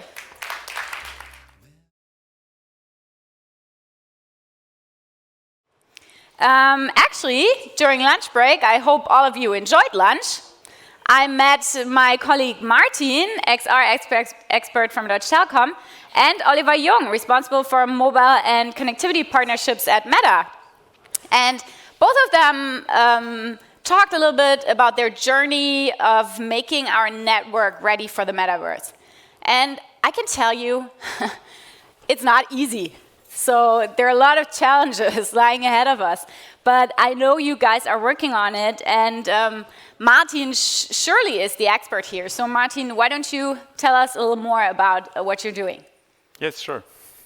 Thank you, Lisa. How about a hand for Martin?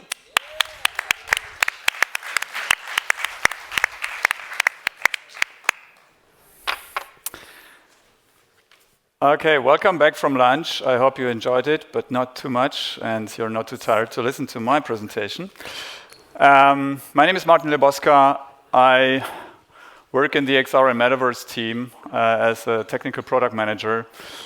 And I've started to explore XR technologies already like 6 years ago. And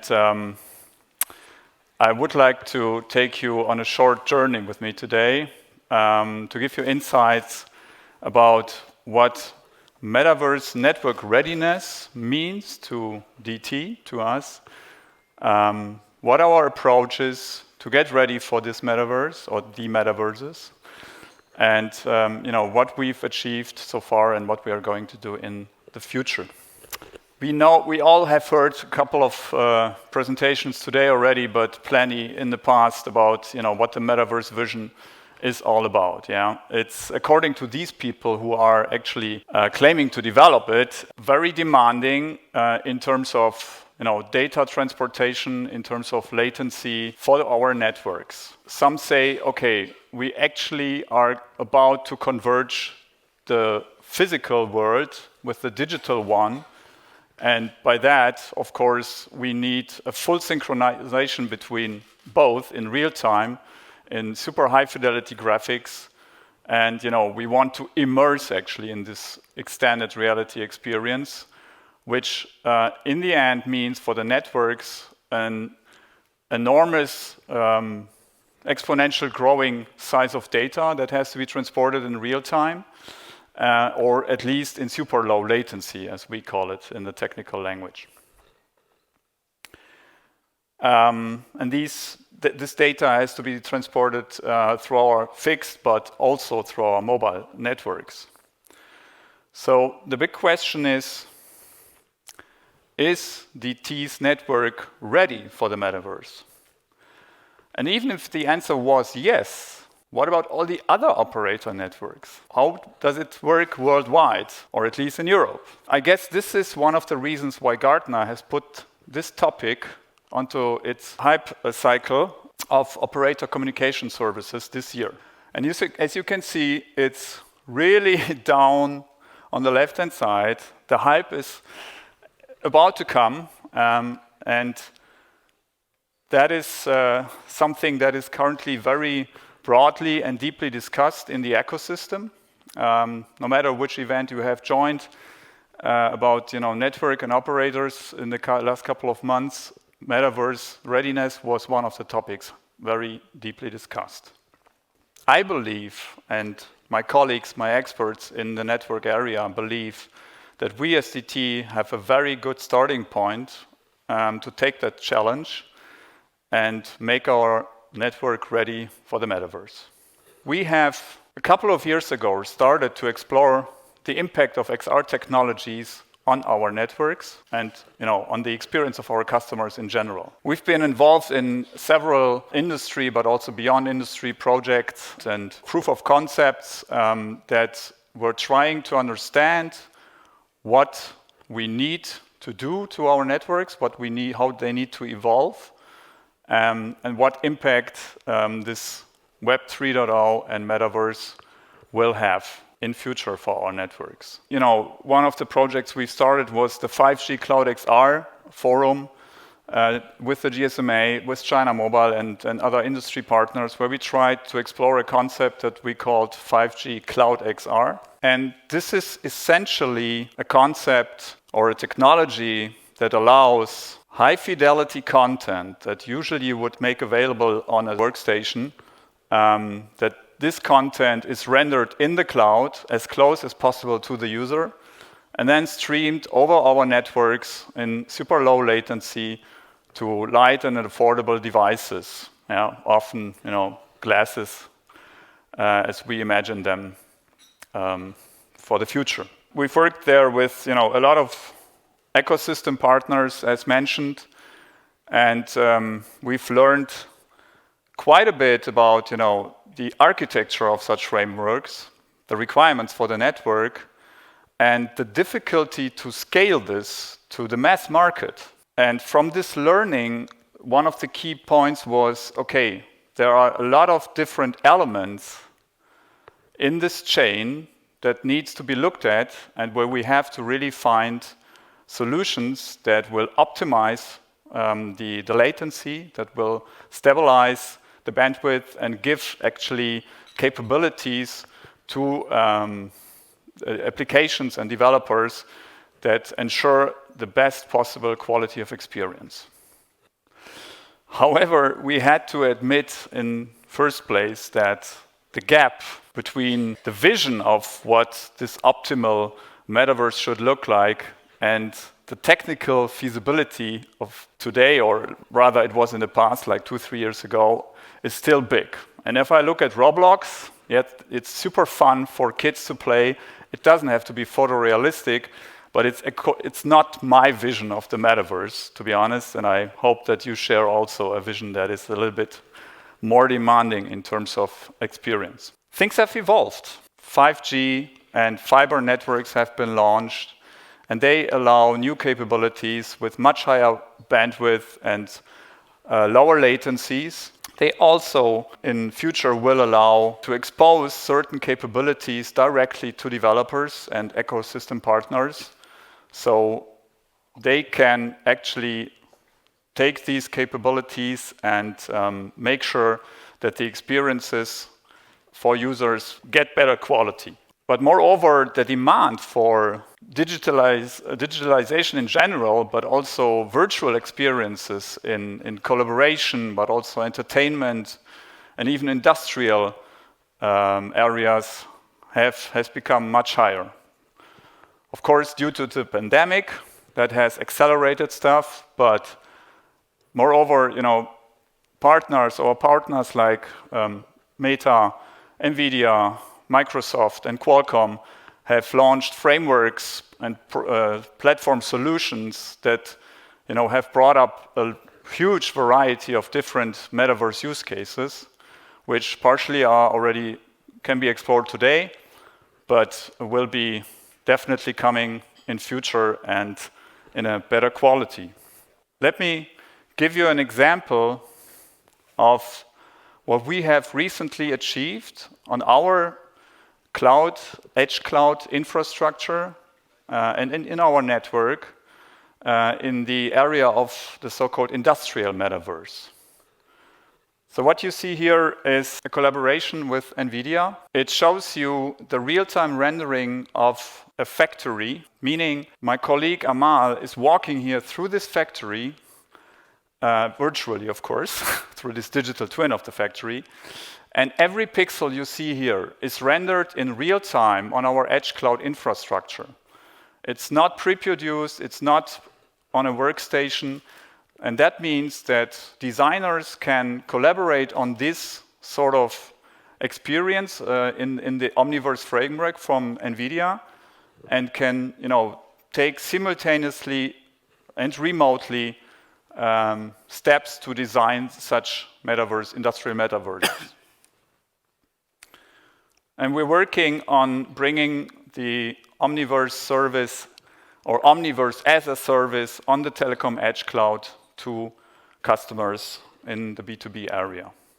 Moreover, we are also exploring interventions in our network that will, increase the bandwidth and stabilize the bandwidth, lower the latency, and improve the overall quality for our customers. Because it's essentially necessary if you even sync this sort of digital twin with the real factory, that everything works in real time and is not having some network congestion issues. Together with our partners, we work on analyzing the gaps, on understanding what our networks need and which architectures we have to develop. And I would like to tell you that we have started collaboration projects, NVIDIA was mentioned already, but also with Meta, on really figuring out what the next reasonable steps are and what, in which direction our network technology has to evolve in order to provide the best possible quality of experience for metaverse experiences. We have, for example, set up a lab that allows us to measure KPIs while metaverse use cases are running. And by that, we can really see in each section, in each element of the end-to-end chain, what problems are coming up, where are still issues, where stability is not there, and what kind of new enablers and features we can put into our network that will then guarantee or at least provide a stable telco-grade level of quality. However, I would like to give now the voice to two of our partners, NVIDIA and Meta. First of all, NVIDIA. Unfortunately, Uwe Rechkemmer from NVIDIA cannot be with us here today, but he sent a little video message. Hello, my name is Uwe Rechkemmer. I'm sales specialist for visualization and simulation at NVIDIA. Thanks for having me here today and the opportunity to talk briefly about NVIDIA's take on the metaverse topic. For us at NVIDIA, metaverse is the 3D evolution of the internet. Use cases of metaverse applications are split into three major parts. Consumer use, the gaming, meeting and recreational part, commercial use, the B2C shopping part, and the large and already existing branch of the industrial metaverse. With NVIDIA Omniverse, we deliver a platform for the creation and operation of virtual worlds in the industrial metaverse. This means bringing all the 3D constructions used everywhere for product development, building design, factory planning, and so on to life, and make them available as digital twins of their real-world representations. In order to be as real as possible, there are 3 main requirements of the virtual world environment. It has to be photorealistic, physically correct, and available in real time. As you can imagine, these requirements place special demands on the underlying compute and networking infrastructure. The compute power of NVIDIA GPUs, combined with the excellent networking capabilities of Deutsche Telekom AG, delivering the best-in-class infrastructure from on-premise over edge to cloud to build and run virtual worlds at every scale. Thanks for having me here and a successful event today. Thank you, Uwe. And now, Olli, why don't you join me in our living room here, in our Metaverse living room, to have your insights and your perspective on this collaboration and on the Metaverse network readiness. Martin, thanks a lot, and thanks a lot for having me here. My name is Olli, I'm working for Meta, responsible for the telco ecosystem partnerships. And in Central Europe, the most important partner is Deutsche Telekom. And it's always great to be back, because I worked here 4.5 years, so it's very good to see Sven again, Tim, and all the guys that are here in person. I really appreciate all the virtual use cases and what is upcoming and what's there and what's upcoming, but for sure face-to-face meetings and such an event is really great. Therefore, thanks a lot for running it. From our perspective, the Metaverse, if you ask why, it is because it's so close to our core vision of the company. So to give the people the power to build communities and to bring the people together. And I think in the Metaverse, this will be the best chance or the best possibility to be together or to feel being together if you're not physically at the same place. And therefore we embrace this use case, and this is the whole why we're putting so much effort, so much resources into it, and also we're so happy that we can run these type of collaborations. It will be a journey. It will be a journey from, I would say, today's hardware. You have seen the Quest 2, the Quest Pro. Please join us outside. You can test it, you can see it. It's an amazing device, but it's not the device I would use everywhere the whole day. Maybe you have seen the Ray-Ban glasses. This is a form factor, hopefully in the future, that we can use the whole day. So this will be a journey. It will be a journey from today more fixed line use cases, so the Quest, for example, or the Metaverse using at home in the Wi-Fi, for being on the go. And therefore, a lot of use cases are coming, and I really enjoyed the presentation with the photorealistic avatar and even the deepfakes where Elon Musk was sitting in the audience. So this was a great use case. Thanks a lot for bringing it. But I would say this is really a journey, and this can only be happen if there's an ecosystem that is so open and transparent, so that we are really working, collaborating closely together. So we just announced that we are collaborating more with Microsoft. So to bringing our products together, it does not make sense. The Teams is there, Workrooms is there. Yes, you can now, or in future, you can call each other from both solutions. You can use our avatars in Microsoft solutions and vice versa. And so this is a way how collaboration, how the ecosystem should look like in the future and what we have to do. So therefore, thanks a lot for the collaboration. Invite everyone also to join the forums like the Metaverse Standards Forum or the TIP initiative, bringing all experts together because we need some standards to develop and to make really the Metaverse successful. So thanks a lot, looking forward. And as I said, please join us outside. We have the Quest 2, we have the Quest Pro. And if you see these guys there, these are the real experts. If you have any questions, get to us. We're really happy to talk to you. And again, thanks a lot. Martin. The excitement is on our side. Thank you. Thank you so much, Oliver, Uwe, and Martin. I mean, this really seems like a challenge. So it makes so much sense to join forces here on that project. It's going to be a journey, but I'm sure we'll get there. Good luck on your journey. Thank you so much. Thank you.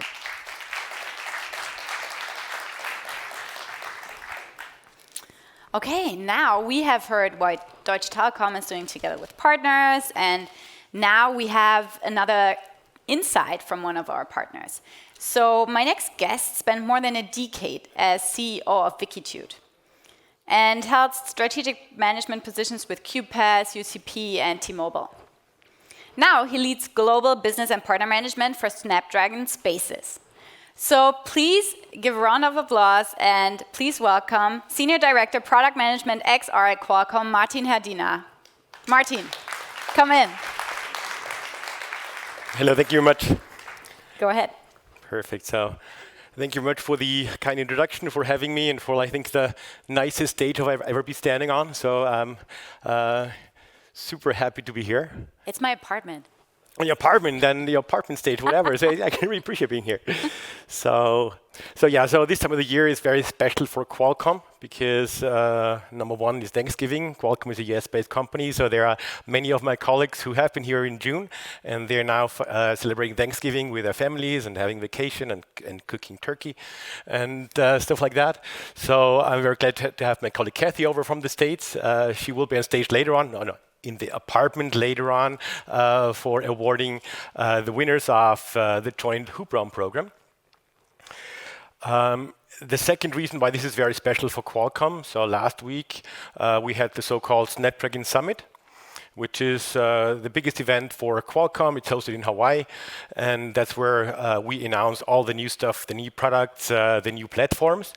And actually just within XR, we had 5 big announcements. And I'm trying to speak very fast, as I typically do, and squeeze in all those 5 announcements into the next 30 minutes. Before starting the presentation, just like a personal word here. So we've heard the M word, I think, more than 100 times in the past few hours, and I'll try not to mention that in the next 30 minutes. So it was 2026. I founded a startup in the virtual world space, looking at the end user. And this was at the top of the hype cycle, the one Martin showed. And we fell really hard. We landed really hard.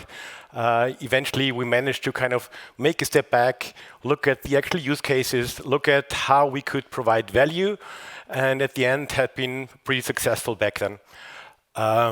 2010, I had the privilege of joining the team at Wikitude.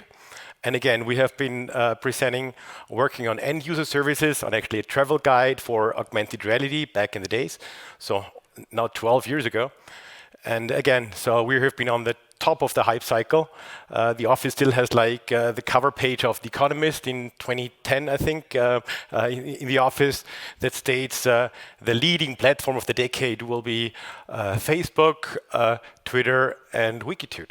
And so at least we're better than Twitter, I guess, right now. So we have been focusing on the end user. We have been on the top of the hype cycle, and we have been struggling. We had like a huge roller coaster over the past 10 years, had multiple opportunities to either kind of close the company or join other teams, and there was no good fit. Again, what we did, we made a step back. We looked at kind of what we could do best. Looked how can we create value, and rather than kind of digging for gold, we created the shovels, and eventually things became quite successful. 2021, so like another 11 years later, we had the opportunity to meet with Qualcomm and kind of learn about Qualcomm's vision, Qualcomm's plan in XR. And I'm not using the M word here. And this was just like super compelling. And I'm going to focus a bit more what Qualcomm's strategy is in the space, and then focus on those 5 announcements we brought up last week in Hawaii. So from a Qualcomm standpoint, we invest in 4 main areas. Number one, we invest in platforms. This is what Qualcomm is most known for. So just in the space of AR or like XR, there are 4 main platforms we have out in the market. So Ollie mentioned about the Quest Pro. So if you're excited by the Quest Pro, so the XR 2 Plus platform down there, that's in there. And this is enabling all the fancy video pass-through and processing power of the Meta device. The second area, we're investing heavily in software and algorithms, in perception technologies. So that's computer vision technology we invest in on a global scale. We heavily optimize that for our platforms. We package that up and launch that together with our partners in the OEM space. Third area here is reference designs. So we invest a lot in building how we believe designs or devices should look like, how they work best together with our platforms, and therefore help our partners to launch them to their respective markets. And last but not least, which is my personal passion, that's Snapdragon Spaces, and which is our ecosystem. That's for the first time that Qualcomm actually, no, not the first time, but like it has been a long time that Qualcomm now focuses on the developer. So we had that done in the past with Brew, with Vuforia, and now we do that with Snapdragon Spaces. We double down on that, all with the key goal to engage with developers like the ones we see outside there, and really collect feedback and enable the creation of XR applications. So announcement number 1 we had last week actually, it's what we call Snapdragon AR2 Platform Generation 1. So this is the first ever chip built specifically for augmented reality. So it's the way we see the landscape here for AR in particular. We optimize things for split processing and in terms of power, size, and performance. So when I say split processing, distributed processing, we believe the smartphone will play an essential role for the foreseeable future in AR. So what you already know, for those of you who have been experimenting with the dev kits of Snapdragon Spaces, so we have the opportunity to bundle a smartphone via cable to an AR viewer. And this is the current status quo, leveraging the smartphone as a computation device, as a processing device, as well as a communication device. That interacts via 5G with the cloud, with centrally stored content.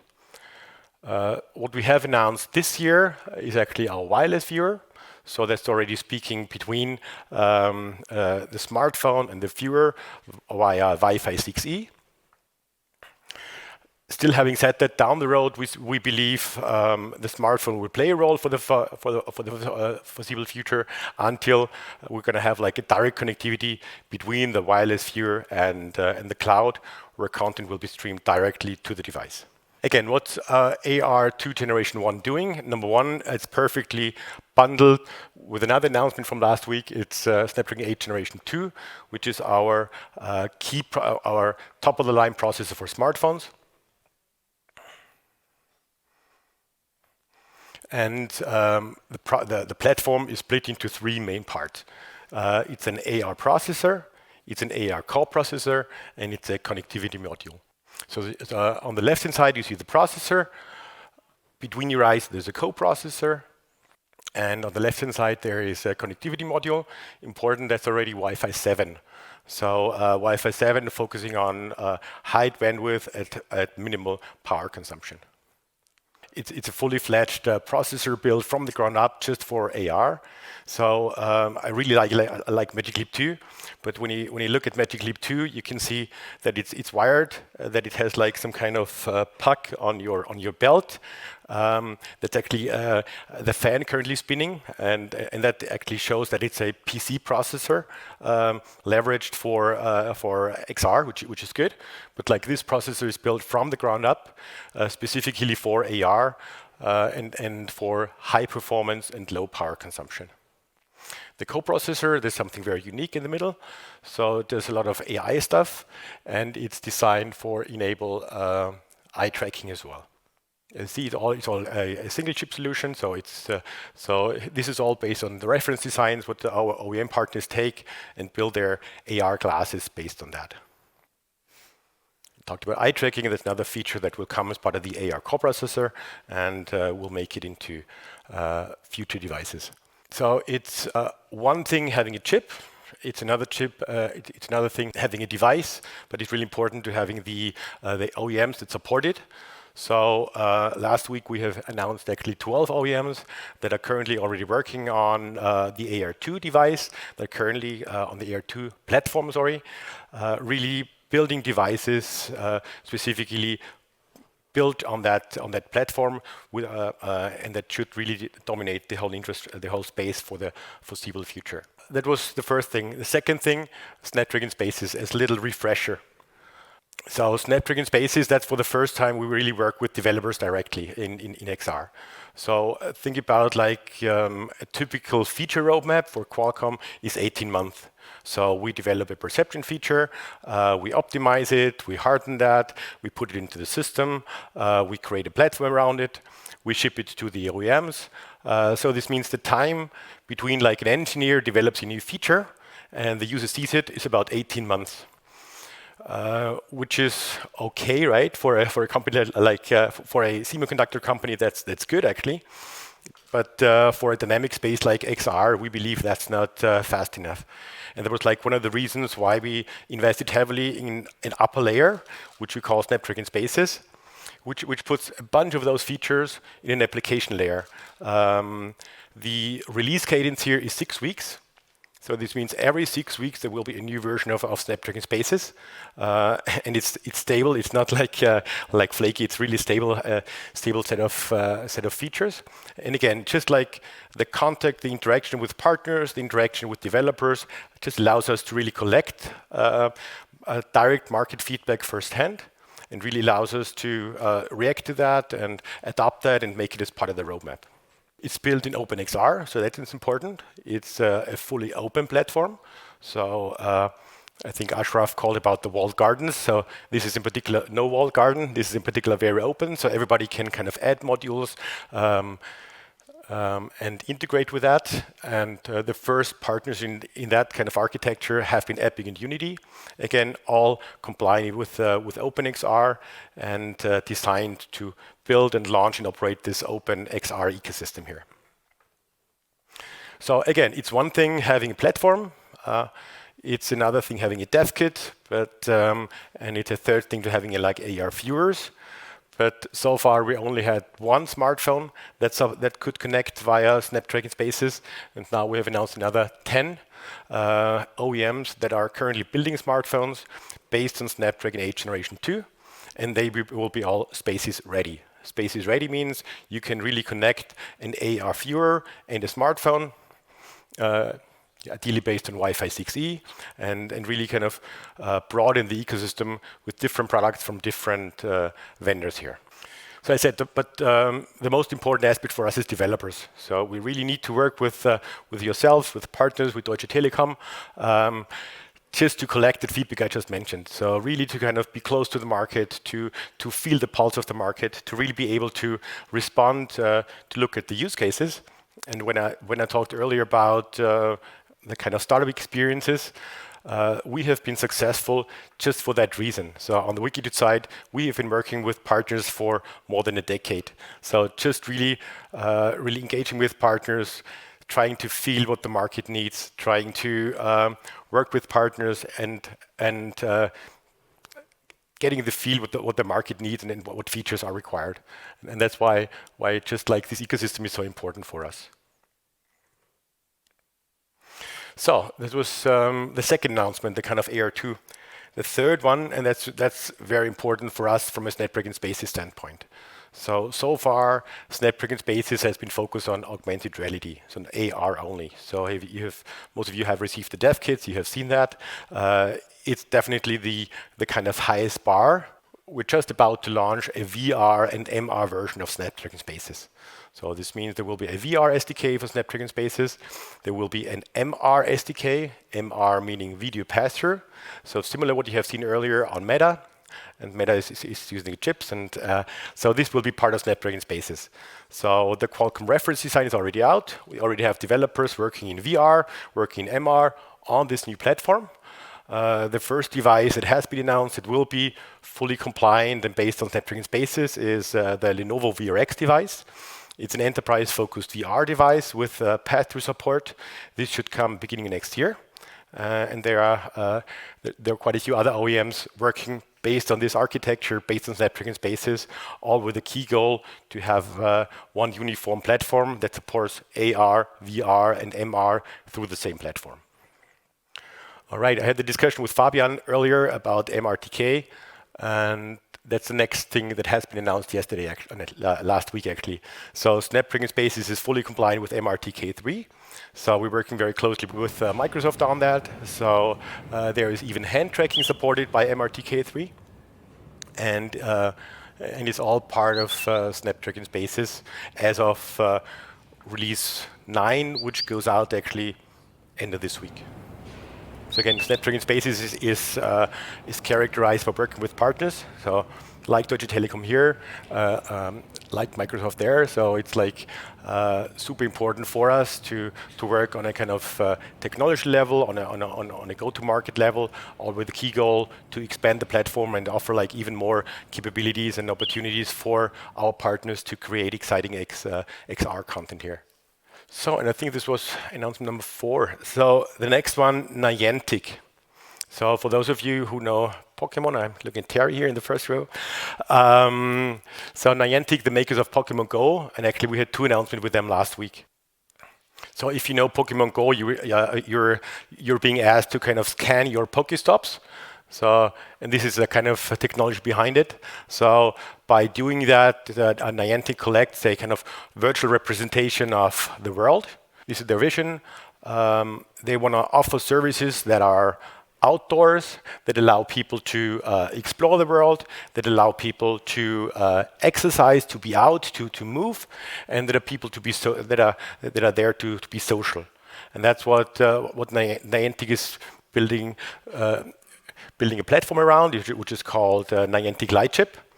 And around that, there are kind of 2 main developments. Number 1, and you see that here, there is a hardware design, and this is based on Snapdragon Spaces. So Niantic is actually going to build an MR device or an AR device specifically targeted towards those use cases, those social, outdoor, exercise-driven use cases. This will be based on Qualcomm platforms, and this will run Snapdragon Spaces. One more aspect that's really important to state here, Niantic is really good when it comes outdoors. And for those of you who have some kind of computer vision background, so it's a difficult beast and a difficult challenge to solve with like different light conditions, with environmental conditions, with weather conditions. And Snapdragon Spaces is really good when it comes indoors.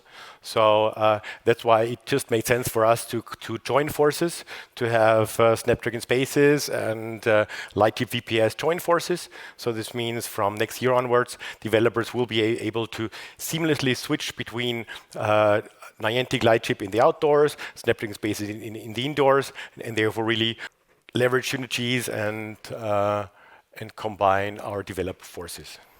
These are the type of use cases that are currently able with Niantic Lightchip. And again, all this will make it into Snapdragon Spaces in the near future. Pretty much done with the announcements. I have to admit I'm not a big Duran Duran fan. I never was. But having Duran Duran on Spaces was something pretty exciting for us.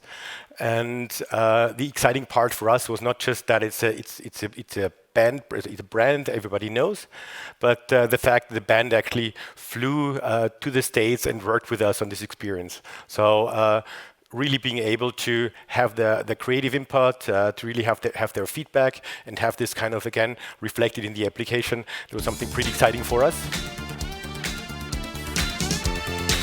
From the very beginning, when we formed Duran Duran, technology was important to us. We weren't the kind of band that just put on jeans and a t-shirt and went and played our songs. It was all about the overview. What could we do together as a creative unit? We've always tried as a band to use our music to change people's worlds, to transform their audio space into a new reality.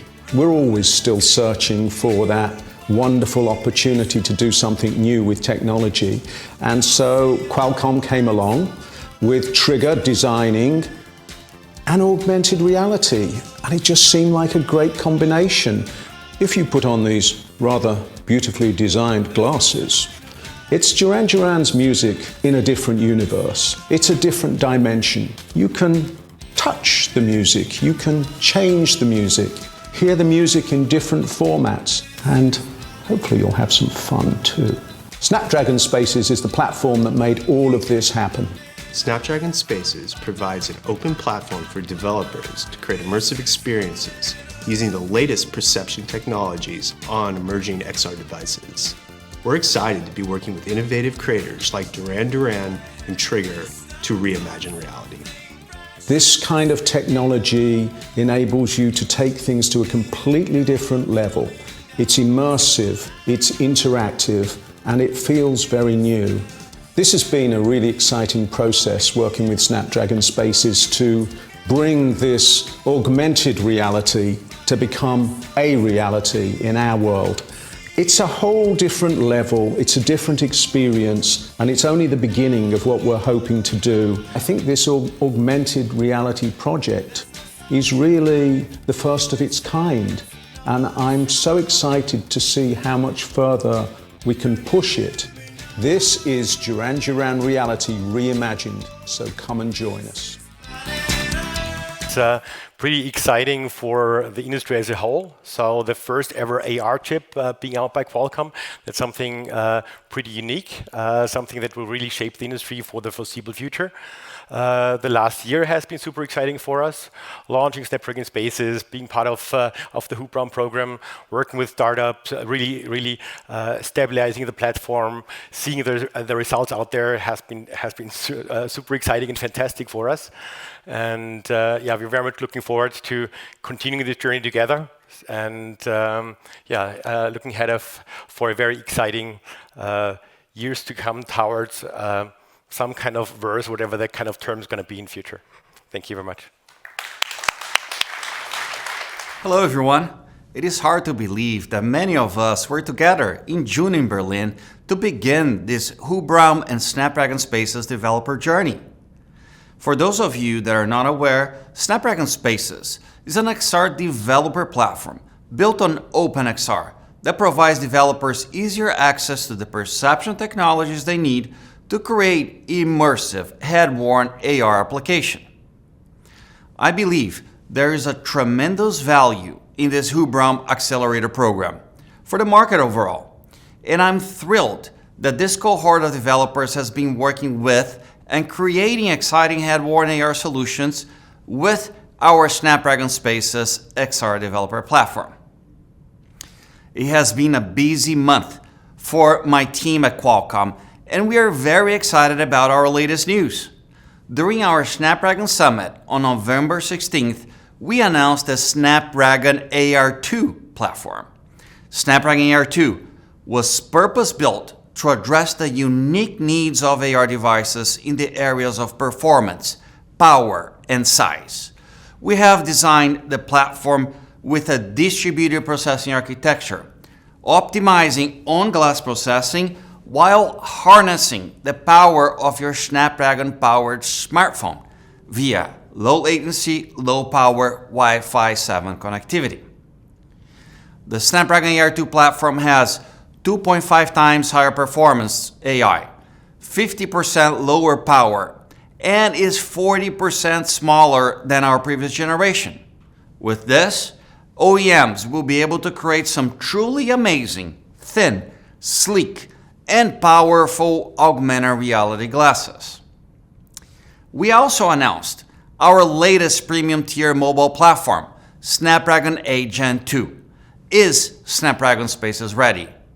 This means that more OEMs can launch flagship smartphones with built-in support for Snapdragon Spaces, giving customers and developers more options to pair with their AR glasses and help to bring head-worn AR to the mainstream.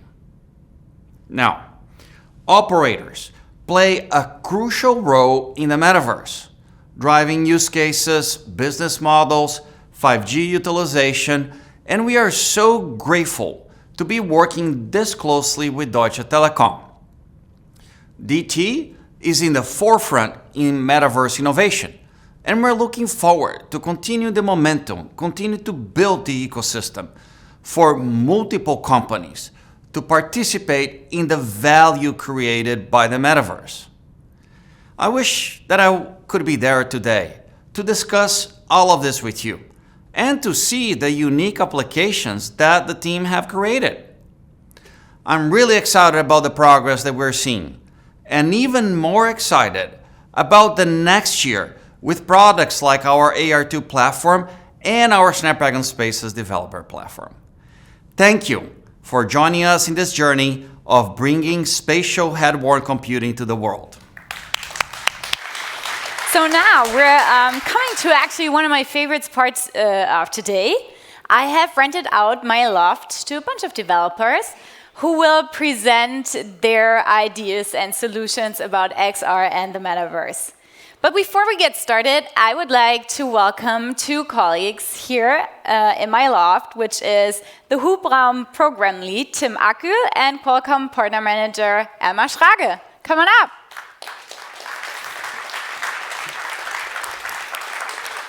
Hi, guys. Great to have you here. Thanks for visiting.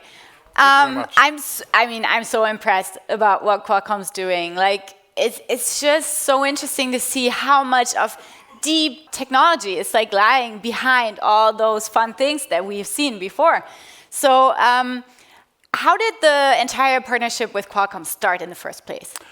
It was really cool. So actually we got with Qualcomm in contact a couple of years ago, and we learned each other a lot, how we work, how they work, what we do with developers and so on and so forth. So really got to know what we can do for building an ecosystem and creating an ecosystem together. But most importantly, we share the same vision where all this augmented and virtual reality technology should go in the future. And for this, we need a team effort. It's not done by one company. You know? We heard it a couple of times. And Qualcomm is one of those very, very important key enablers for this industry, especially when it comes to hardware. Current hardware is not yet where the vision is, where it should be. But with the announcement from last week, we are getting really, really close to where it should go. And together with Qualcomm, last year in November, we agreed to do this partnership on Qualcomm Spaces together with hubraum with the developer approach, and this was very successful so far. This sounds really exciting. I mean, I would really love to stay and have a look at what everyone's presenting, but unfortunately, I promised my neighbor to get groceries for her. So I would just leave the apartment to you, make yourself comfortable, and then I will see you later. Okay, guys? Thank you. Thank you, Lisa. Thank you. Thank you, Lisa. Awesome. Yes, hello. Also, big welcome and thanks for all the participants and partners who are here today. So what a cozy, nice place we actually got here. So a loft that can only be loved, actually, right? So a very cozy place, I feel. And I give you a couple of quick infos on the rules of what's going to happen. We have 11 developer teams from all over the world globally that are here today, and they worked with us since 4 or 5 months. Together with Qualcomm, with the Telekom, with the hubraum team. Each of those teams received a dedicated expert from DT. They had dedicated support, weekly meetings, a lot of efforts done. Now, just quickly, we have for every team 4 minutes. And after the fourth minute done, there will be this sound.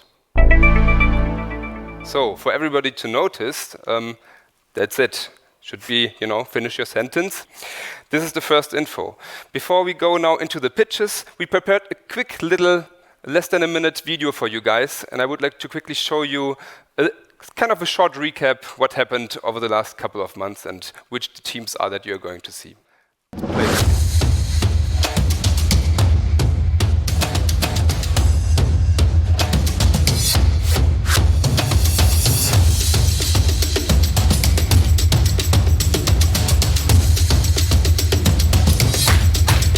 What you do?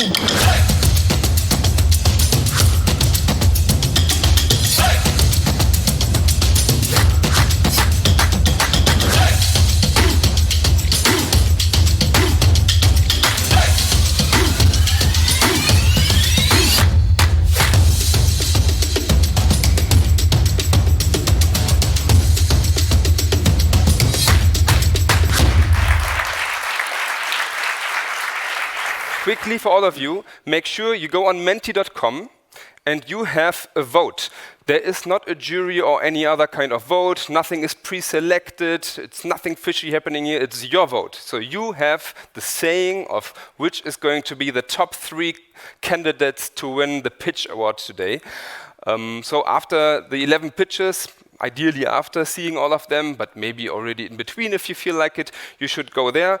Check out this Menti code and you will see the 11 teams there and vote for them. You only have 3 votes. And with that, I want to finish here and want to hand over for the first introduction that we have coming from Elmar, and then the show is yours, guys. We'd like to have the first team on stage. It's with the chief magician, actually, Stefan from Sauber. He's working really on crazy magic stuff, but actually also with real customers. Stage is yours. Right. So, Sauber really love to say we want to take the metaverse to the streets, because we at our heart we are an AI-powered creator platform to unlock augmented reality at physical, real locations, because we want to show the hidden stories in the real world, the hidden history, but also any kind of story, any kind of product. And so far, in the last 3 years, we've been successful. We've been working with 35 enterprise clients. We have bootstrapped to a team of 17 people now, and also grown from last year to this year by 6 times. And we are very happy about having very strategic technical partnerships, like of course working with Qualcomm and Telekom is this great program to bring Sauber to the AR glasses. We've been one of the first companies to work with Google on VPS technology, and the DPA opened their archives for us so we can create great content and some prizes. And I want to say we are really excited about bringing AR out into the streets, into the real world, to make it meaningful and to show that AR, XR, the metaverse is not a gimmick. It actually makes sense. And we do that for a variety of clients, for a variety of customer groups. These are passionate locals, but these are also enterprises. And there's a really, really great use case we have here together with a soccer club outside, where you can just go left outside and you can check it out. This is what we did now in the program. And we brought a unique experience to the glasses. You need to experience it, so please come. There are other clients, such as the Meissen porcelain, where in the museum and the shop on location, we show the background of products, enable you to learn more about them. And also, for example, with the hotel, Adlon Hotel, a very historical hotel in Berlin, and also German history, such the concentration camp memorial site of Dachau, where the Day of Liberation can be witnessed, and many more clients. And one thing I wanted to show you specifically now, which makes it a bit tangible, and so you can get the idea how we can bring AR to the masses, is that we've been releasing an app with the German Film Museum, the Deutsche Kinemathek in Berlin a few months ago, where you can relive scenes of famous movies that were shot in Berlin. Discover these locations like Babylon Berlin or Metropolis. Have fun together.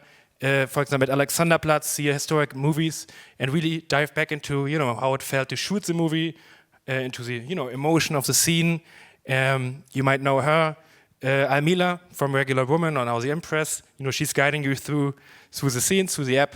And what we want to show here is that AR, we think AR is ready, and there are definite use cases where it makes a lot of sense to uncover hidden stories, hidden meanings. And you can do it in a variety of ways. And we choose to bring the metaverse to the streets. I want to thank my awesome team. Actually, we brought all of them here. Thank you also again to Telekom and Hubraum to be able to do that. Then again, go to zauber.com/magic if you haven't done so, and download the app. Thank you very much.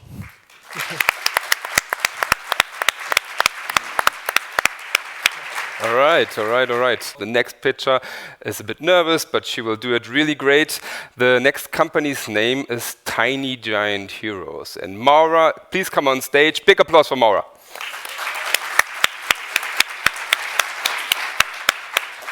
Okay. Hi, I'm so great to be here. Thanks so much. I'm Maura from Tiny Giant Heroes. It all started with my personal story. I didn't have a good childhood due to my parents' emotional health issues, but I had lots of animal friends, and that helped me a lot during tough times. Emotional health is highly impacted by the development of healthy emotional intelligence. Sadly, this problem also happens everywhere in greater or lesser degree. And that's because so far there are challenges to foster kids' emotional intelligence. And also this is a worldwide problem, so we need to address this now because today's children are the adults of tomorrow. Research found that animal interaction has positive impact to child emotional health.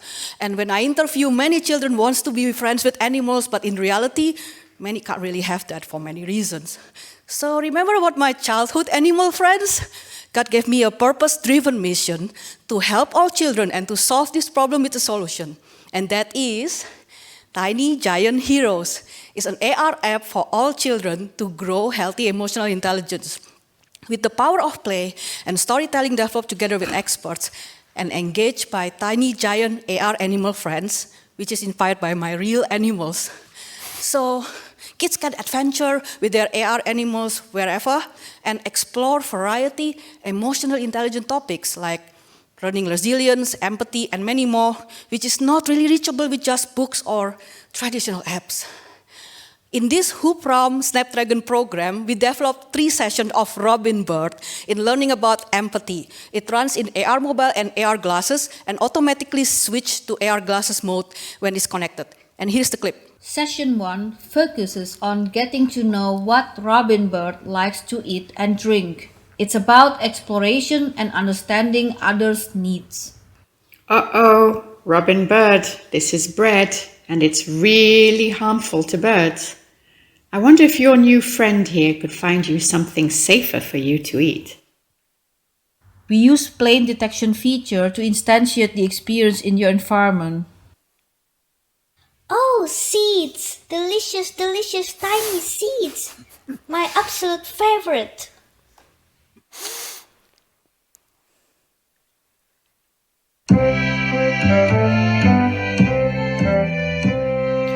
Eat up, tweet, tweet, tweet. Gobble, gobble, munch, munch, gobble, gobble, munch, munch. Eat up, tweet, tweet, tweet. Gobble, gobble, munch, munch, yummy! Session 2 is about gaining trust to build relationships, then establish a play together. Will you play with me? Shall I go and hide? And we play hide and seek. Close your eyes and start counting. 1, 2, 3.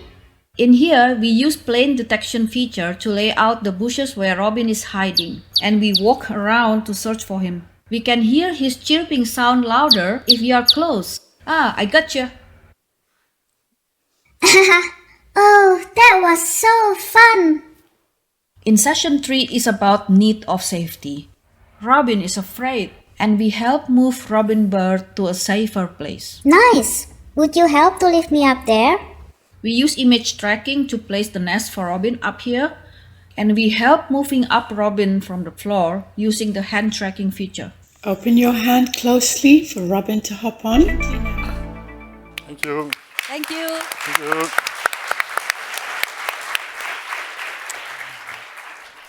Next startup to present is Zoe. They provide something coders will really love.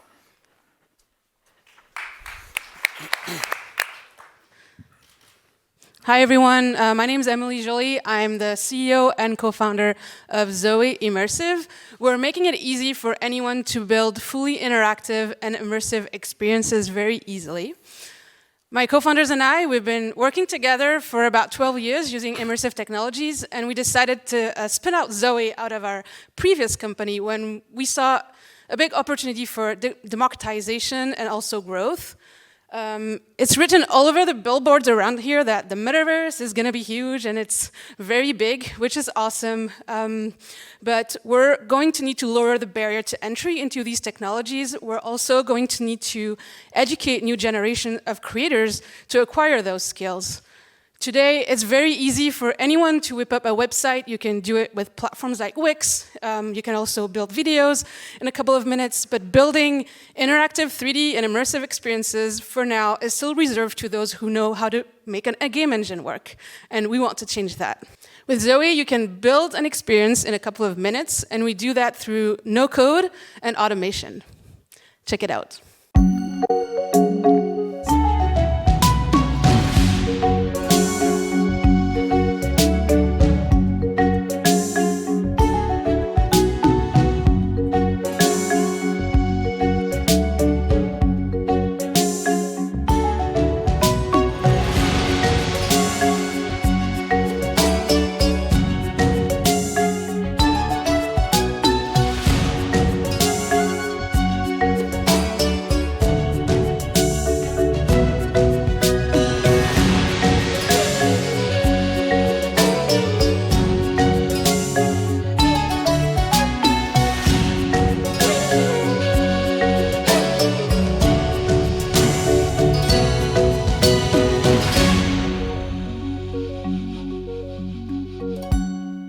Getting your hands on Zoe takes about 30 minutes. You get through an onboarding that takes about 10 minutes. Then you can invite your students, your friends, or your colleagues into your private space, and then you can start building and playing experiences. And if you're really good at it and you're getting the hangs of it, you can go into our Unity plugin. This is why I'm here, right? We have some really amazing technology partnerships already, but more importantly, we have thousands of early adopters that are using our platform every day and giving us tons of feedback. They're working in different areas. Zoe is pretty horizontal. We have teachers using it to teach students about new skills. We have high school students that are using it to build their portfolio, to get a job in tech, or to go into college. We also have therapists that are building mini games with it. And then right now, we're working towards more in the enterprise use cases on using it for team collaboration as well. We have some big competitors out there, so people like Roblox, Rec Room, for those who know them, or Horizon. And some of the things that differentiate us from the others is that we're not an open world, so you're not going to run into strangers into Zoe. You're building your private world with your private group. We're also completely cross-platform, so you can build the content across mobile devices, VR devices, and now, thanks to Snapdragon, to mixed reality devices as well. And there's 4 ways you can work with us today. So we're working on technology partnerships, things that bringing Zoe to new platforms, but also bundling Zoe into offerings. The second one is investment. We're raising a seed round at the moment, and we already have some great investors into this round. Third is B2B white labeling. So we've been working with a few enterprise use cases into getting Zoe into their own offerings where they can totally white label the platform. And lastly, one of the most important one for me is social impact. It's always the one that goes away. Yeah. All right. Thank you very much, Emily. Great. Our next team is from Trinidad and Tobago. That already is an applause, yeah? And welcome on stage, Dingoli. You got what you got? Yeah, you got what you need. Show is yours. Right. Hi. The future is old and the metaverse is aging. For the first time in human history, the global population is aging at an alarming rate. By 2050, 1 out of every 6 people is going to be over the age of 65. If humanity's new frontier is longevity, then every technology's aim should be to support the lives of seniors. I am Deidre Leakin, this is Sean DeFreitas, and we're the founders of Dingole Panjam. We're using XR to reimagine music learning for seniors to support with healthy aging and well-being. We're proud to be a part of an award-winning team where we are all experts in our domain. We also have a passion for music and tech, which makes us uniquely qualified to solve the problem that we're solving. Here are a few of our accomplishments to this day. Welcome to our wheelhouse. Panjam is uniquely positioned in these 3 areas: immersive tech, music learning, and seniors. But why is music important for seniors? Music has a profound effect on the brain. Playing a musical instrument is like a full-body workout for seniors. It's actually scientifically proven to have physical and mental benefits. There are 4 major pain points that we've identified because it can be challenging for seniors to learn. These are beginner's blues, physical constraints, mobility, and cost of tuition. Our solution, PanJam, uses XR and the intuitive interface of the steel pan instrument to gamify the music learning experience, making it fun and engaging for seniors to learn. Now, people always ask us, why the steel pan? Well, the play mechanics of the steel pan is a perfect match to exist in VR and XR controller systems. It's a chromatically pitched percussion instrument, and it is the only instrument invented that follows the musical cycle of fourths and fifths in the arrangement of the notes. And that makes, those two things make it very easy to learn.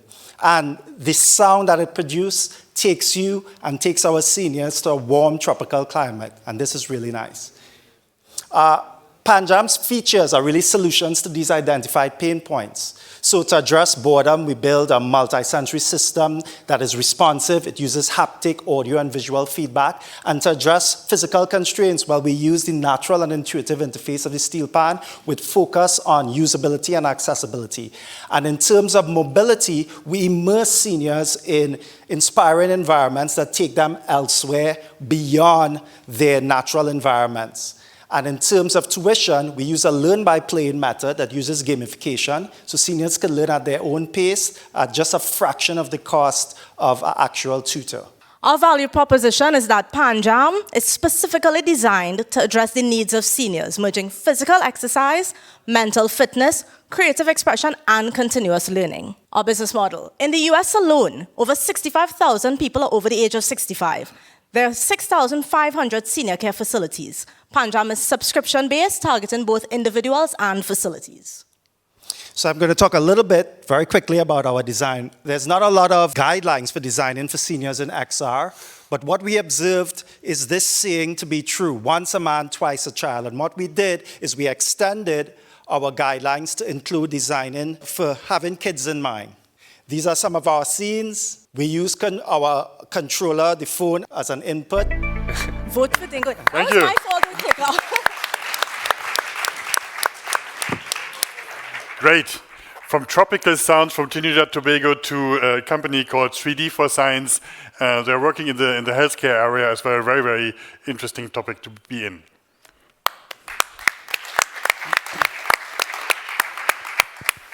I'm Javier Florem. I'm the CEO of 3D for Science and the Universe.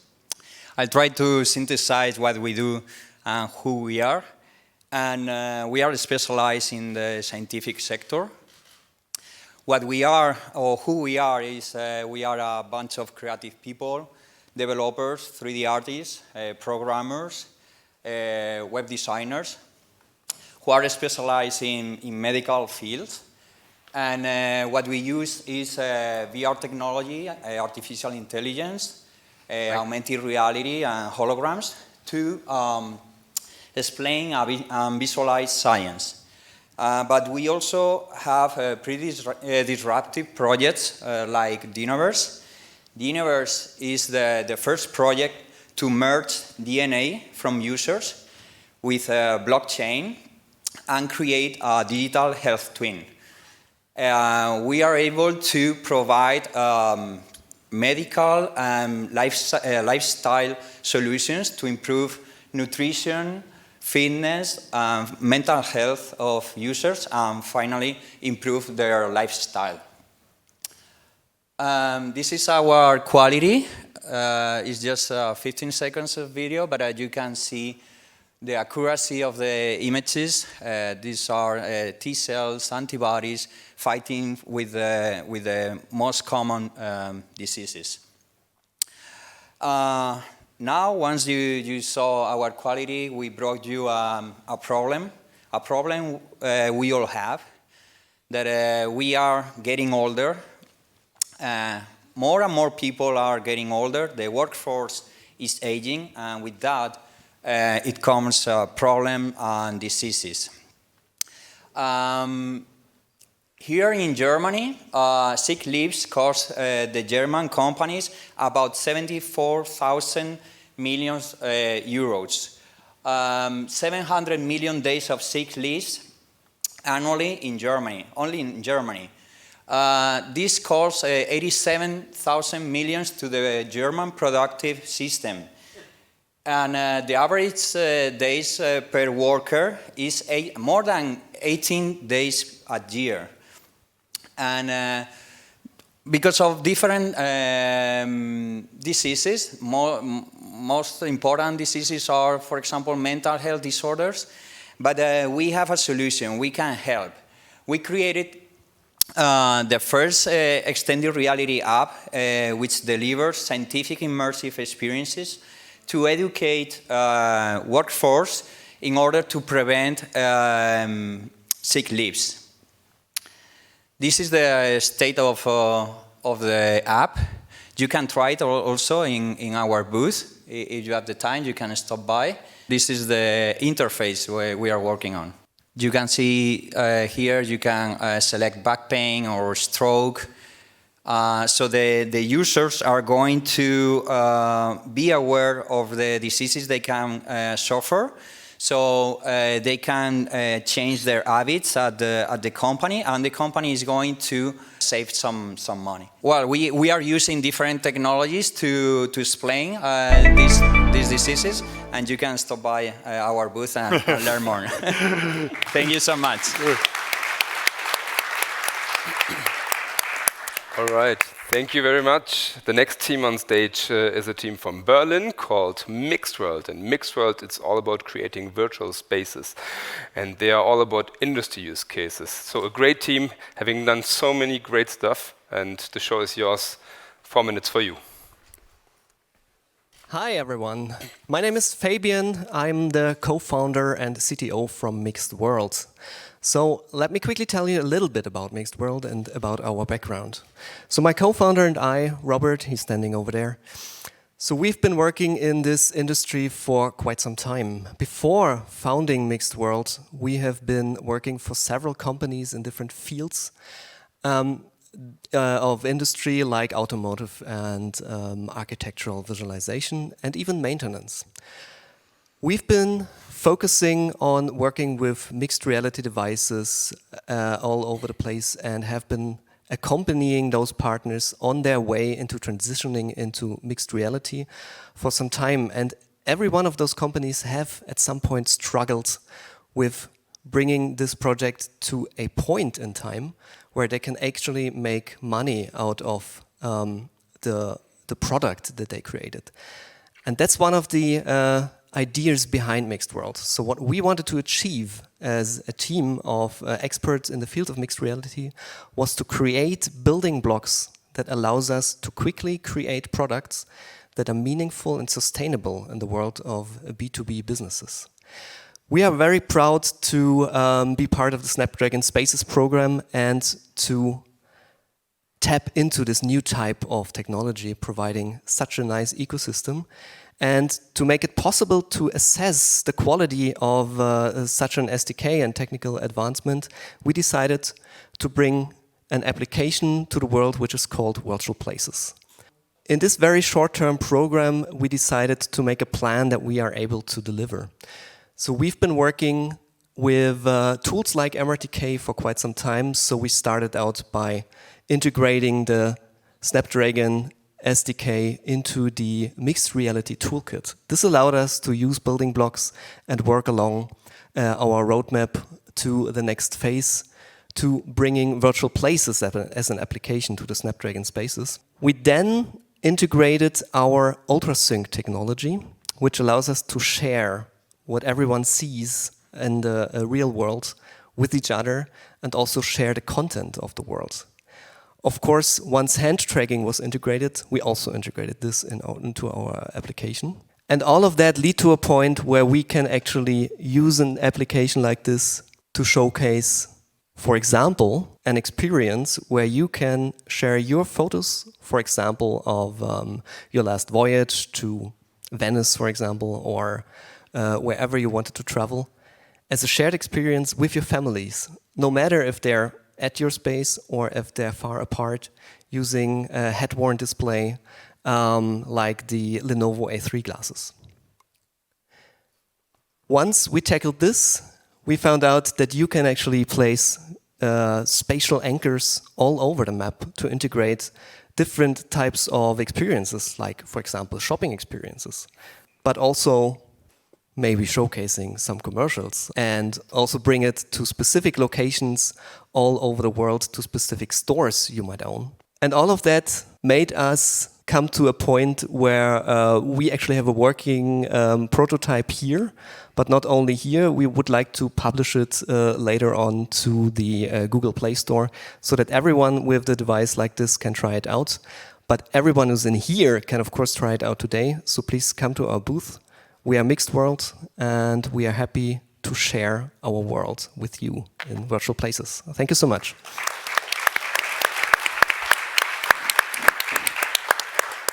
Thank you, Fabian. So the next company coming on stage is as well an award-winning company already, a startup engaged in the music industry, XR. Hi, my name is Edo. I'm co-founder and CEO of XR. And we build playful technologies to inspire people to get together and to build a more creative future. We believe in playfulness, radical creativity, and openness. And we're working with mixed realities and music technologies to do that. So we're creating spaces that allows people to create whatever they can imagine and invite people from around the world to experience music how they imagine music should be. We build a metaverse format, the M word, by combining blocks that bring visuals, sound, and gesture in real time and allow people to create their own instruments, virtual environments, and immersive shows. So this is how it looks like. This is the building blocks that we're providing people. For example, we give them strings, and instead of making a guitar, somebody made a piano, because I can. Hello, my name is By Tom. using the same principles, a little bit more blocks and more connections. That you are interested in me.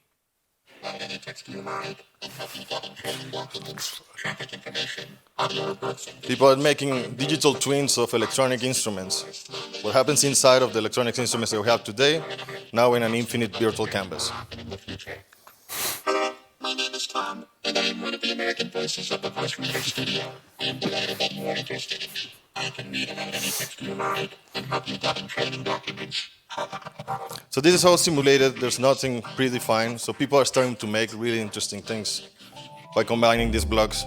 But you don't need to start inside of the electronics, you can also start using instruments. All these instruments have been built the same way, and you can join that show, record it, or just come with your friends and watch it over and over.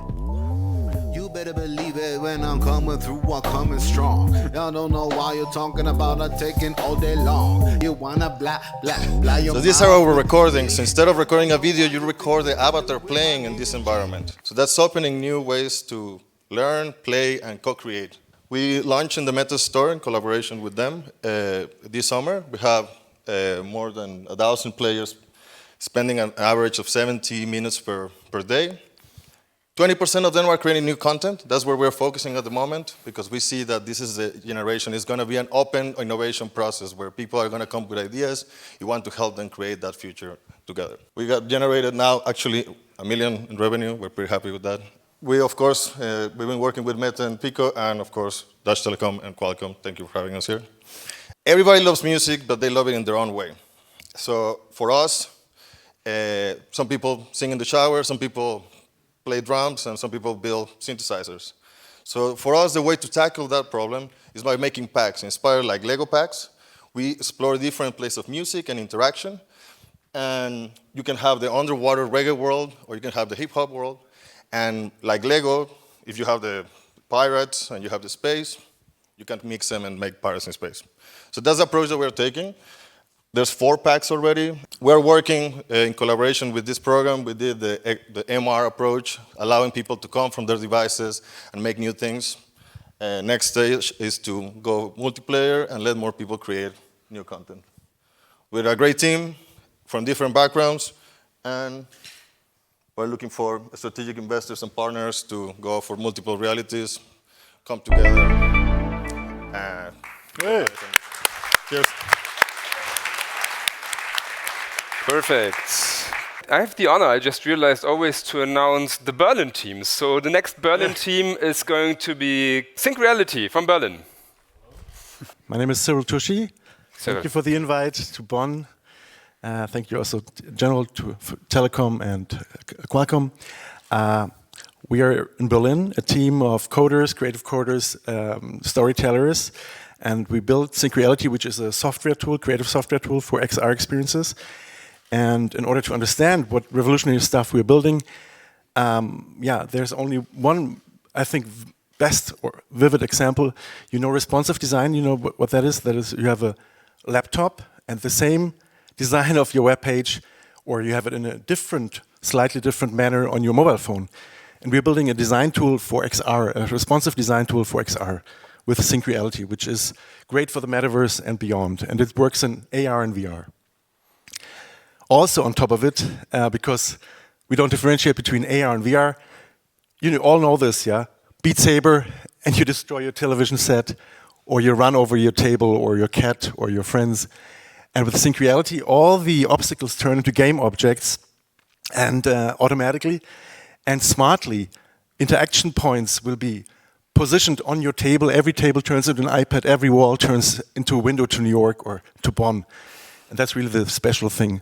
You have an extended play space, and our background is location-based VR, and you can have that at home. Multiplayer, easy multiplayer. And how you do it?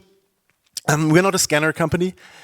That's why we need a digital double for it.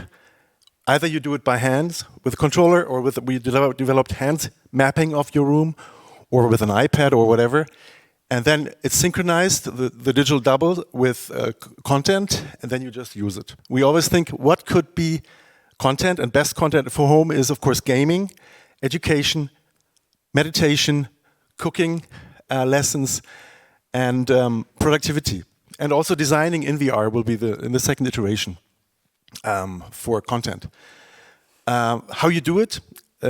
Our tool, we had the alpha launch 4 weeks ago in AWE Lisbon, and we had very many signups, and it's a Unity plugin. So you create your game, let's say it's a game, like you always do, then you simulate it in a simulator, because every creative wants to keep the control over what you create. So you can run your game through 10,000 flats and check if the interaction design is okay, or if you have to do something, and then you export it. And it doesn't matter if it's for mobile phone, AR, or VR. That's at the moment we're doing, because we started with automatic scanning of a room.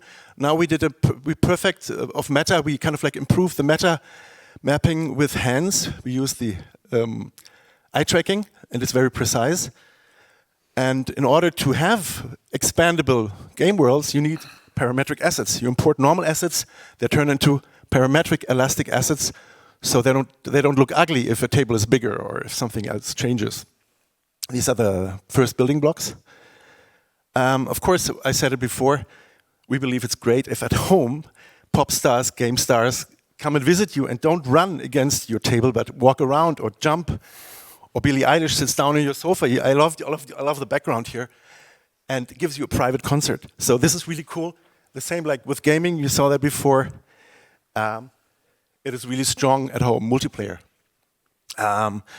Shopping, it's a bit early, 5 seconds. but it will be huge in the future. You can shop at your home.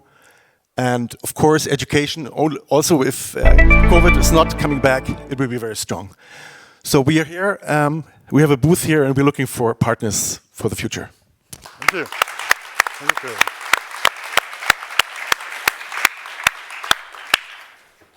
Next one is Spree Interactive, pioneer in location-based entertainment in XR. Hi there, I'm Jonathan, Johnny Novak, CEO and co-founder of Spree Interactive. So we're creating the Generation Alpha, so 2010 and after born Metaverse for out-of-home and in-home. And this is a little bit on our traction. So this year we're on track to reach 4.5 million in revenue, with over 85 systems installed globally, as you can see, mainly in Americas, and that's mostly North America.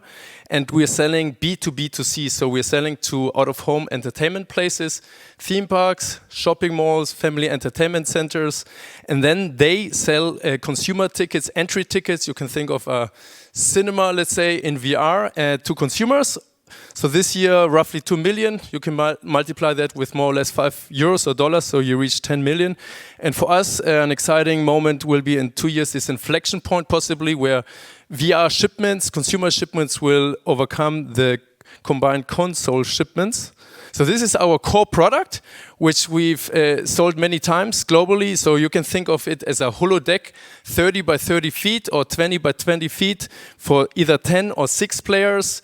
And here we entertain users from 6 years onwards. So our core demographic is 6 to 12-year-olds because actually they're very tech adoptive and they enjoy these short, ultra-casual experiences. So you can think of it as Candy Crush in VR. So you put the headset on and the kids immediately know what to do. Birthday parties, kids' birthday parties is our core use case. So our clients, they make up to 60% of their revenue on the weekends with birthday parties. And every parent, they know you don't want to have the birthday parties at home because then you need to clean up afterwards. So you rather go to a venue, have the kids play and be educated as well as some sporting activities. So here, for example, we have an edutainment experience, Mission to Mars. So this is fact-based, where we try to, engage with space travel. And now we are also moving to, let's say, more sportive or esports experiences. And overall, our vision is to become the Netflix for social virtual worlds. So basically, we develop these games ourselves, but we also have a third-party SDK so that third-party content developers can develop onto our platform. And what have we done with a Spaces Snapdragon program? So here we were fortunate enough to show our product. So if we can play the video, that would be great. At hubraum 10 years I'm anniversary. Here today with Johnny Novak Delgado, one of the 4 co-founders of Spree Interactive. Johnny, can you tell me how Spree Interactive came up with the idea for these bumper cars? It came about with my co-founders. They started to track objects, moving objects. So they said, okay, we can track soccer players, we can track people. Why don't we track people driving around with bumper cars with VR headsets on? Oh, wow. Oh my God, it's like being in a cinema, but the cinema's around your whole head. Wow. And I know you're enrolled on our Snapdragon Spaces program. Can you tell me a little bit about the program? Snapdragon Spaces Program allows us to leverage the technology from Qualcomm in combination with the resources from Deutsche Telekom's innovation hub, hubraum. Just outside here, we have a 9 by 9 meter space. It's really fun. You have to actually defend humanity against a gigantic antivirus system. So, yeah, thank you very much.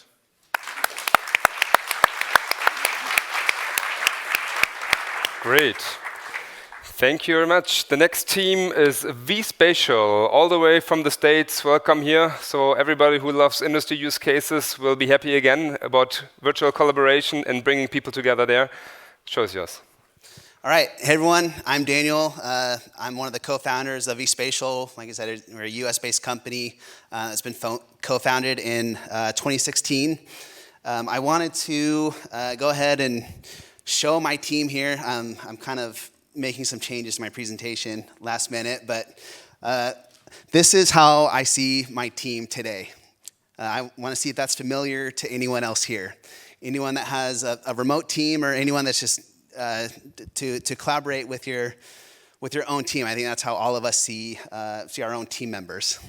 Remote work is here to stay, and we'll continue to see a lot of companies adopt and move towards remote work. And there's a lot of benefits to that. Companies are able to reduce footprints. Employees don't have to travel as much. You don't have to commute to the office as much. But there are some downsides to remote work. And part of that is there's some benefits to a physical office space and the ability to collaborate with your team in person, organically, ad hoc. So as a remote team, we built vSpatial to be a tool that we wanted to use so we could feel more connected and more human with our coworkers. So with that, we built our application around 2 main focuses. So we have 2 main focuses with our application. The first is the team space, so talking about collaboration. So here we have what we built as our team space. So this is where our whole team commutes to our own virtual office. It's where everyone has their own personal workstation where they can bring their computer in front of them and be able to work from anywhere with big monitors. But they can also see their team and see their team in a different presence than green dots and yellow dots and red dots that all of us are so used to seeing. So you can see here we have people being represented as avatars.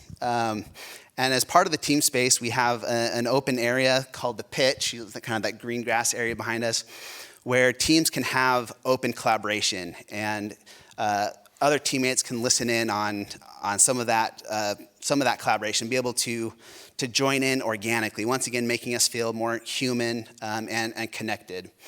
Additionally to that, we have what we call a shared canvas. So part of the team space is being able to not just see your coworkers, but also to share information with them. So you can share, share parts of your desktop to other users, and not just share the desktop, but also be able to share control of that desktop with your teammates. So you can share knowledge with them. The last part is the productivity. So just being able to connect to remote devices from anywhere and get those virtual monitors. So as long as you have a headset and preferably a mouse and a keyboard, that's what our whole team uses. But if you have those things, you can be productive from anywhere, whether it's being able to work on these big remote screens or also being part of your team, being able to collaborate with your team in a more immersive way. And the very last slide that I have is just talking about the demonstration that we have today. The entire suite that we built, which has these clients like the Lenovo A3 and hopefully soon the Lenovo VRX, Quest. We have 2D versions on iPad, etc. Those are all connecting to our vSpatial cloud that is currently hosted by Deutsche Telekom. And the remotes are also in the cloud here with Deutsche Telekom. So please come check out our booth and let us show you the future of work. Thank you. So the last team for today is Quark XR. They are involved in cloud streaming services and platform and use cases around that. Thank you. Hi everyone, my name is Krasin Nikolov. I'm CEO and co-founder of Quark XR, and I'm going to tell you how Quark XR, Snapdragon Spaces, 5G and edge computing are going to bring XR to the masses. So first of all, to all my German friends, Quark XR has nothing to do with Quarkspeise. Instead, we're a cloud streaming platform. And recently, NVIDIA named Quark XR as one of the pioneers in the XR streaming space, which made us very, very proud. And I should also say that we've been collaborating with DT for a while, ever since the first Quest was launched. And with Snapdragon Spaces, our goal in the program was to bring enterprise use cases with stuff like digital twins, complex 3D models, complex virtual environments, and make them available on all mobile devices as a SaaS service. And one of our focus areas is in construction planning, which is a very, very interesting use case for XR. The way this works, for those who watched Martin Liboska talk earlier today, you probably have a good idea, but we have edge servers with powerful GPUs. I like to say those are roughly 10 times more powerful than a Meta Quest, and there we render high fidelity complex content, and with Quark XR we stream it to mobile devices. And the benefits are several. First of all, no matter how many users you have, how complex is your content, you can have a very scalable solution and onboard everybody very quickly. You get a lot of enterprise features like user management, content management, device management. And thanks to Snapdragon Spaces, we can have the same app version available on many different devices, so that's less developer effort for us, and you can have a uniform user experience, which is very, very important in order to get scalable XR. And when it comes to the use case, which you can check out, construction planning, we're talking about complex BIM models that is very, very difficult to open and operate on mobile devices, but instead on edge servers you can open any 3D model that you want very easily. And let me show you, so this video is the type of content that we have available on our platform. Currently we have over 30 different enterprise applications in areas also like architecture, automotive, industrial training, and so forth. And because we run on powerful edge GPUs, we have beautiful simulations like that where you have photorealistic graphics with dynamic lighting. And because we stream each frame on the fly, you can have a completely interactive experience which enables many enterprise use cases like training, collaboration, design, and whatnot. And with all that being said, we have a booth outside. We have several showcases. I welcome everyone to come and try them. And more importantly, a lot of you are from different DT organizations or other partners of DT. I'm sure you have use cases for this type of platform, so please let us know what your use cases are, and we're happy to chat. Thank you.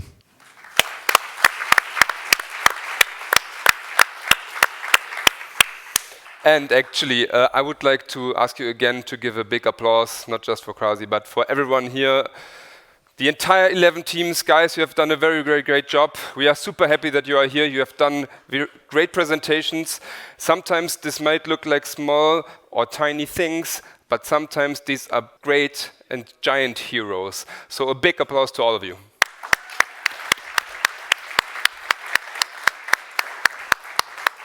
Alrighty. So, out of the competition, but some teams did work also with the Telekom Edge Cloud, and we wanted to welcome as well the Telekom Edge Cloud for a 5-minute presentation. Welcome on stage and give us your introduction. Hey everyone, my name is Yamina Kelm. I'm the product manager for Edge Cloud and Innovation of Telekom, and I want to tell you how to build better metaverse experience. So, the metaverse, as it is today, doesn't look all that great, does it? So, except for the great examples that the startups and the partners that are present here today showed, there are still some cases out there that show low resolution, that are limited in terms of simultaneous users, and that lack synchronization. Especially when talking about motion sickness, I think everyone agrees that this feels quite uncomfortable. What if I told you that we can change that? There are some key ingredients that enable a real and good metaverse experience. By deploying metaverse-ready networks, we combine the power of edge computing, low latency access, and programmability through APIs. And with that, we can enable the 4XR use case patterns.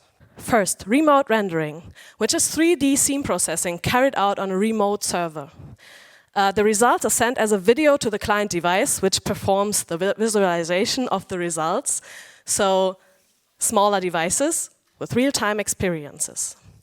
Second, artificial intelligence and machine learning for scene understanding.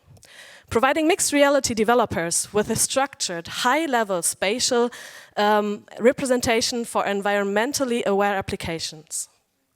Third, real-time user synchronization, keeping the actions and perceptions of each user perfectly synchronized with the real world and among each other.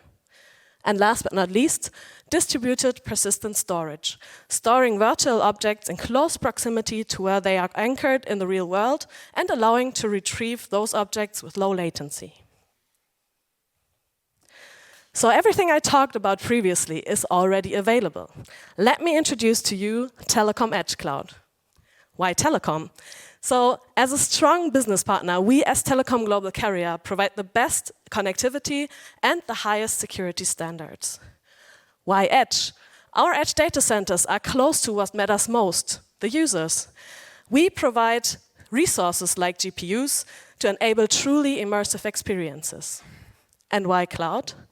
Our consumption models will be easy through APIs and with the possibility to pay as you go, with the chance or the option to scale up. And the beauty of it? It already works today.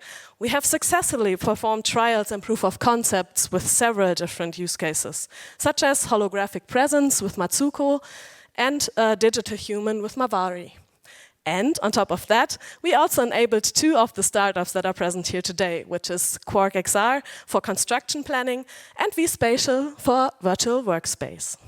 So, if you also want to join us in building a better metaverse experience, come find me here today and let's talk about how we can empower you to build the best metaverse experiences. Thank you very much. Lisa, come back home. My God, back from the grocery store. But I just saw the last pitch, so I got a little bit of that fresh spirit and energy from the startup. So I hope all of you also enjoyed it. Thank you very much, Tim. I'm excited to see what the audience voted for. So we will see that after a coffee break later. See you a bit later. Thank you, Tim.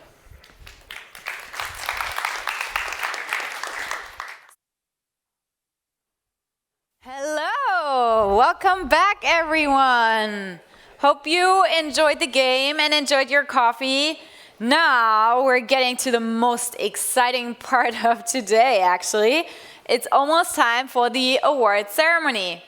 And to help me with that, I have my colleague Tim here again, and it's also my pleasure to welcome Kathy Bragger from Qualcomm. So come on in, guys.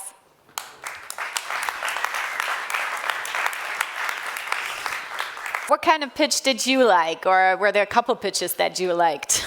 I don't know. I just like looking to the teams. Of course, all of them are great, and that's the political correct answer, I guess. But yes. at the end, different verticals have different heroes, and I might be a bit biased because yesterday at the restaurant dinner, I was sitting exactly next to the founder team from Zauber, and I just played around with their app that we also experienced here on stage.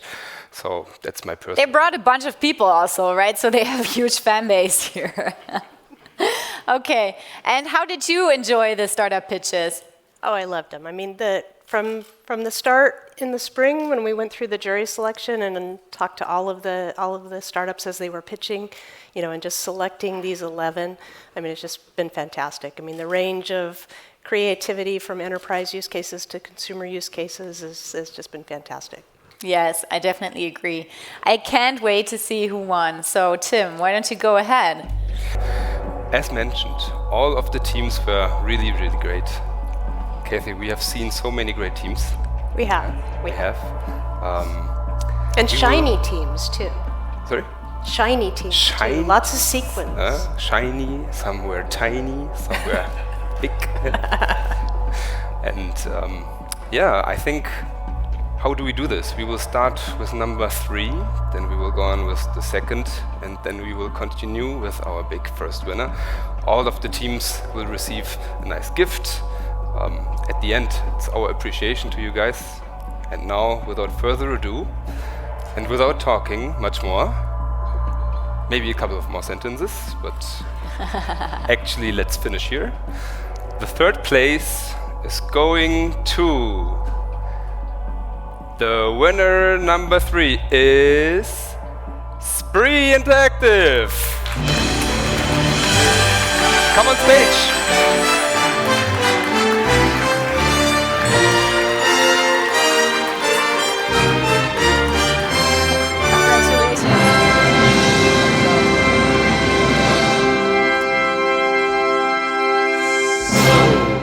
Thank you very much. It's a big honor to have this glass cube now in our office, and thanks a lot for being able to participate. It was a pleasure actually bringing you into a whole new level here with the AR bumper car, and I hope all of you had the chance. If not, please try it on later, and thanks again for the support of the sponsors of Telekom and Qualcomm, and yeah, so thanks for this.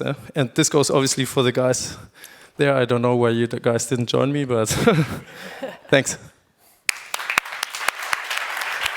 And you don't leave yet. Please stay with us. Maybe here, sit here. We will at the end have a nice group picture of you guys. Kathy, who might be second? Where's the music? There's the music. So coming in second place with a fantastic presentation earlier and lots of sequins, Zauber.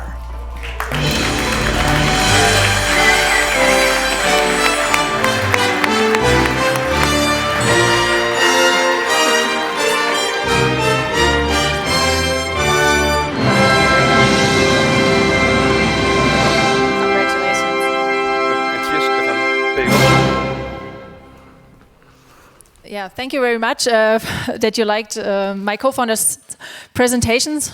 Probably the first one more than the second one. Yeah, we actually brought our whole team here. Thank you, Telekom and Qualcomm, for making this possible, and yeah, also to bring our team here because they worked really, really hard for making this presentation possible that Stefan could give here today. And yeah, thanks to you guys, wherever you are sitting, and thanks for the audience for voting for us.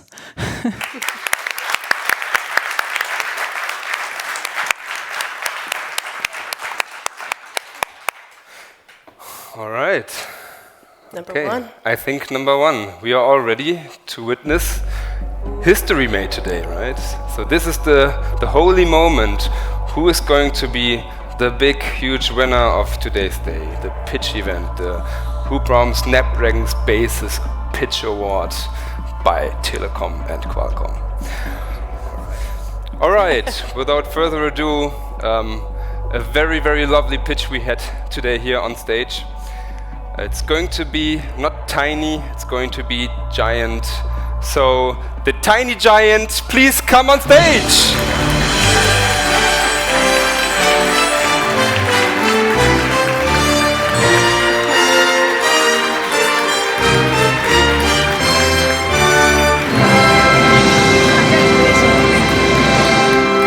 Congratulations. It's heavy. We are so grateful to be here, and I don't know, I'm totally speechless, to be honest, and to be honest, to be here, to be part of this 11 awesome startups. We really going to be shake the ground. So thank you so much to Deutsche Telekom, hubraum, Snapdragon, Qualcomm, everyone that makes this our mission even possible. So yeah, thank you also for voting us. And really, really thankful that we are here. Thank you.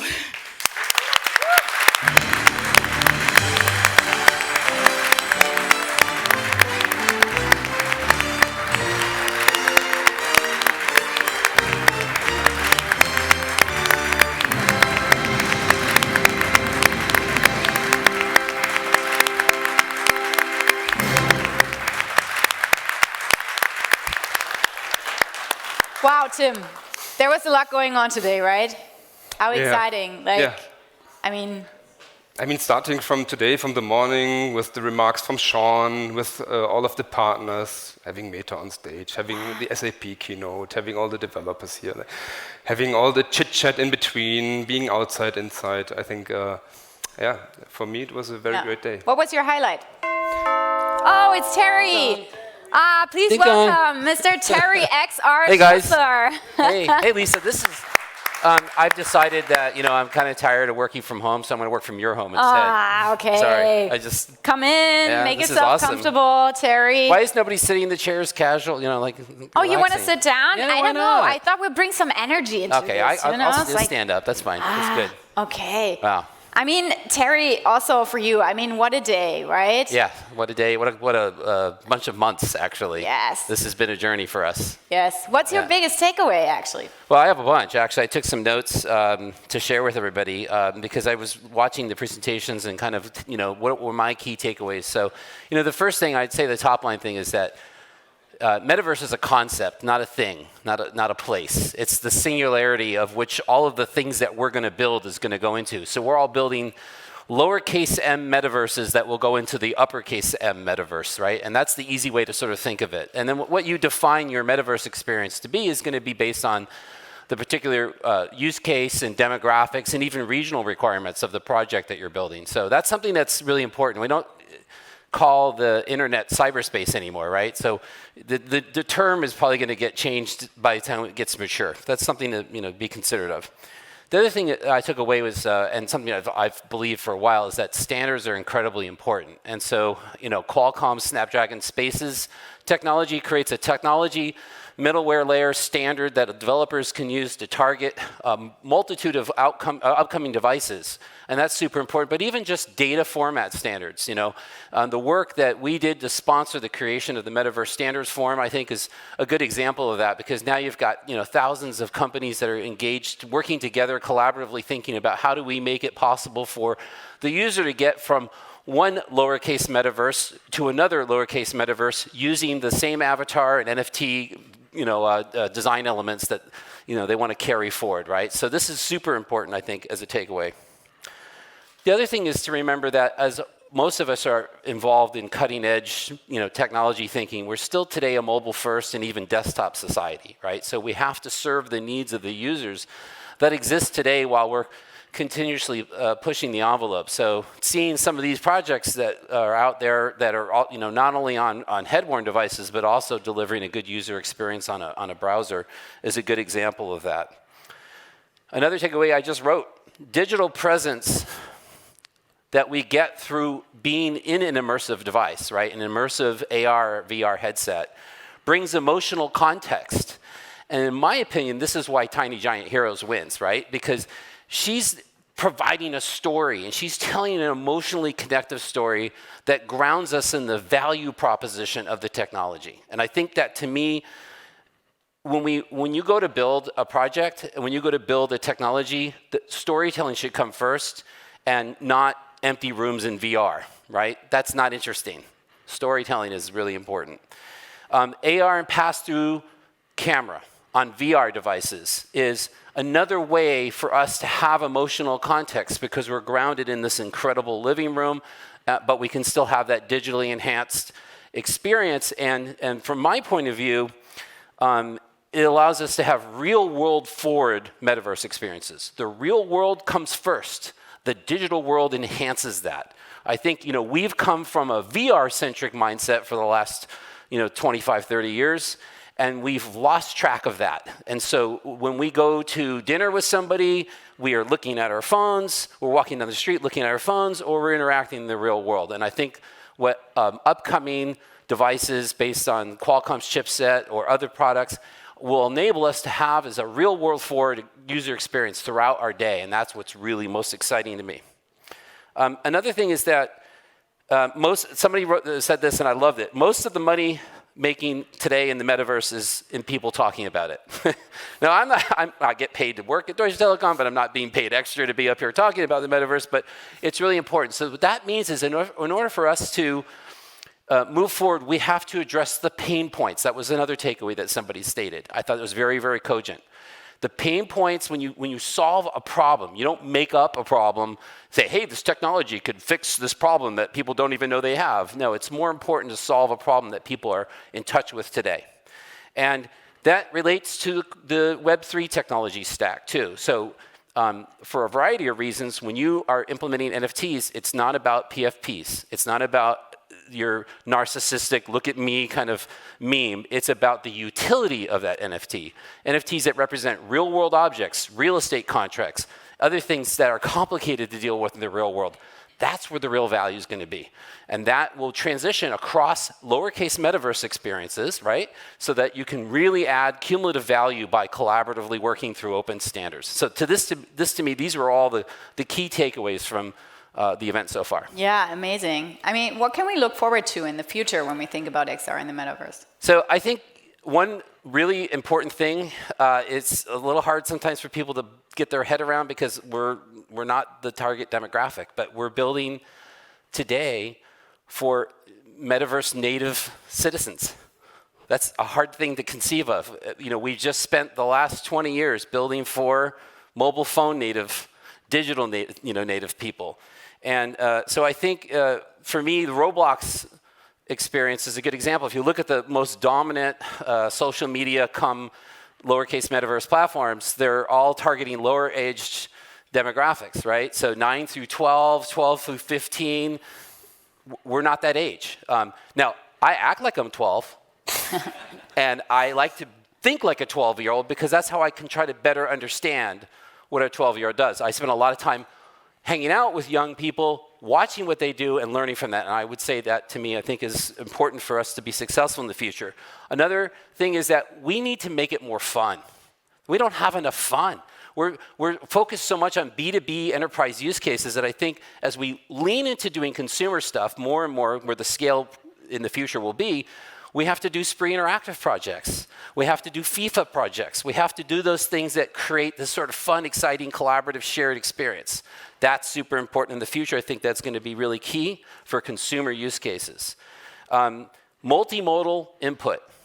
So I've always been talking about this idea internally of make that magenta. And I'm pointing at it, I'm speaking about it, and the context of the semantic scene object segmentation is allowing my glasses to then paint that as a magenta table. Make that magenta, make that magenta, make that magenta. I want to make everything magenta. That's my thing. So, we're just starting to scratch the surface. We haven't even really seen the value of BCI coming in yet, brain control interfaces, and it's like science fiction, but the science fiction books I read when I was 7 years old are the reality of 20 years ago. So we have to be mindful of that. Other big takeaway is AI-powered content creation. We are just now seeing the memes of generative art, Midjourney and DALL-E 2, but if you really are doing some paying attention to all the white papers and the things that are coming out, there is an amazing pile of new technical advances that are happening in just the last 6 to 12 months.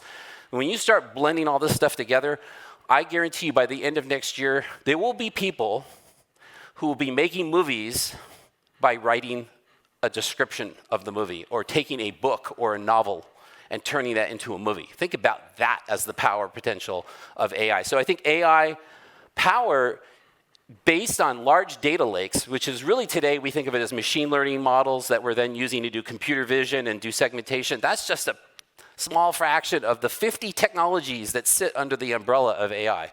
So I think we'll start to see a lot more of the open, large language model stuff, combining with generative systems, combining with expert systems where we put domain expertise in. I have a project idea I'm working on for middle of next year, which will demonstrate all of this. I think there's a lot of power in intertwining, and the people that are in this room are those smart ones. I would reference Zauber as a great example of that, right? But take what they're doing, and now instead of, if you notice, he's pointing and tracking to the ground and picking a target location. I just want to say, put a candy bar Christmas tree right there, please. Thank you. So that's the kind of interaction I want to have, no more than that. I don't want to have to deal with scan and pan tracking anymore. We're in a journey. I've been pushing on this for 30 years. And more recently for like 7 or 8. And a lot of the team that I work with have been in this for a long time. We have another 5 to 10 years. This is a long marathon, not a race, but the acceleration on the enabling technologies is really scary fast, and it's hard to keep track of. So we have to share with each other. Nobody's going to win by trying to do it all themselves. And I think in the future, we're going to start to see a lot more collaborative thinking in terms of how do we put these open standards into action and work together to build something bigger and not allow just a few metaverses trying to become the uppercase versions. The interesting other takeaway is the issue with crypto. Don't let the worry of today, this stuff fluctuates, right? And somebody brought up the whole thing with the dot-bomb era. I lived through that. I went through it. I was in the internet before that, well before that. And so it comes in waves, 5-year waves typically. And so we're going to go through a negative journey, and then we're going to go up again, just as Sven mentioned in the beginning today. So those are my future vision kind of messages about where we're going. Thank you, Terry. Big applause for Terry. Come on. Thanks. Yay. Someone passionate about XR. I mean, someone so passionate about the whole topic again. Amazing. I'm so passionate about it that I put XR in my middle name. 1 more minute. Yeah. He could go on and on. No, that's right. There's a lot of excitement coming next, but before we coming to this one, I would like to have the XR and Metaverse topic team here on stage. Yes. Lisa's living room. So Come on please up. enter the stage. Jan. So who is All it? of Call you. out the Come names. on. Martin, Bernd, Sven, Where's Martin? Elmar. Martin Boska. Tim, There's Tim. Terry, you are already here, and myself. Yeah. So this is the XR topic team. I think we had really a great day, lots of new insights, really great demos. And as I said, that's not all. Some demos are coming now, so we have now 3-hour session where we can experience all these kind of use cases which have been developed. Thank you so much for being here today. A lot of fun. Saba.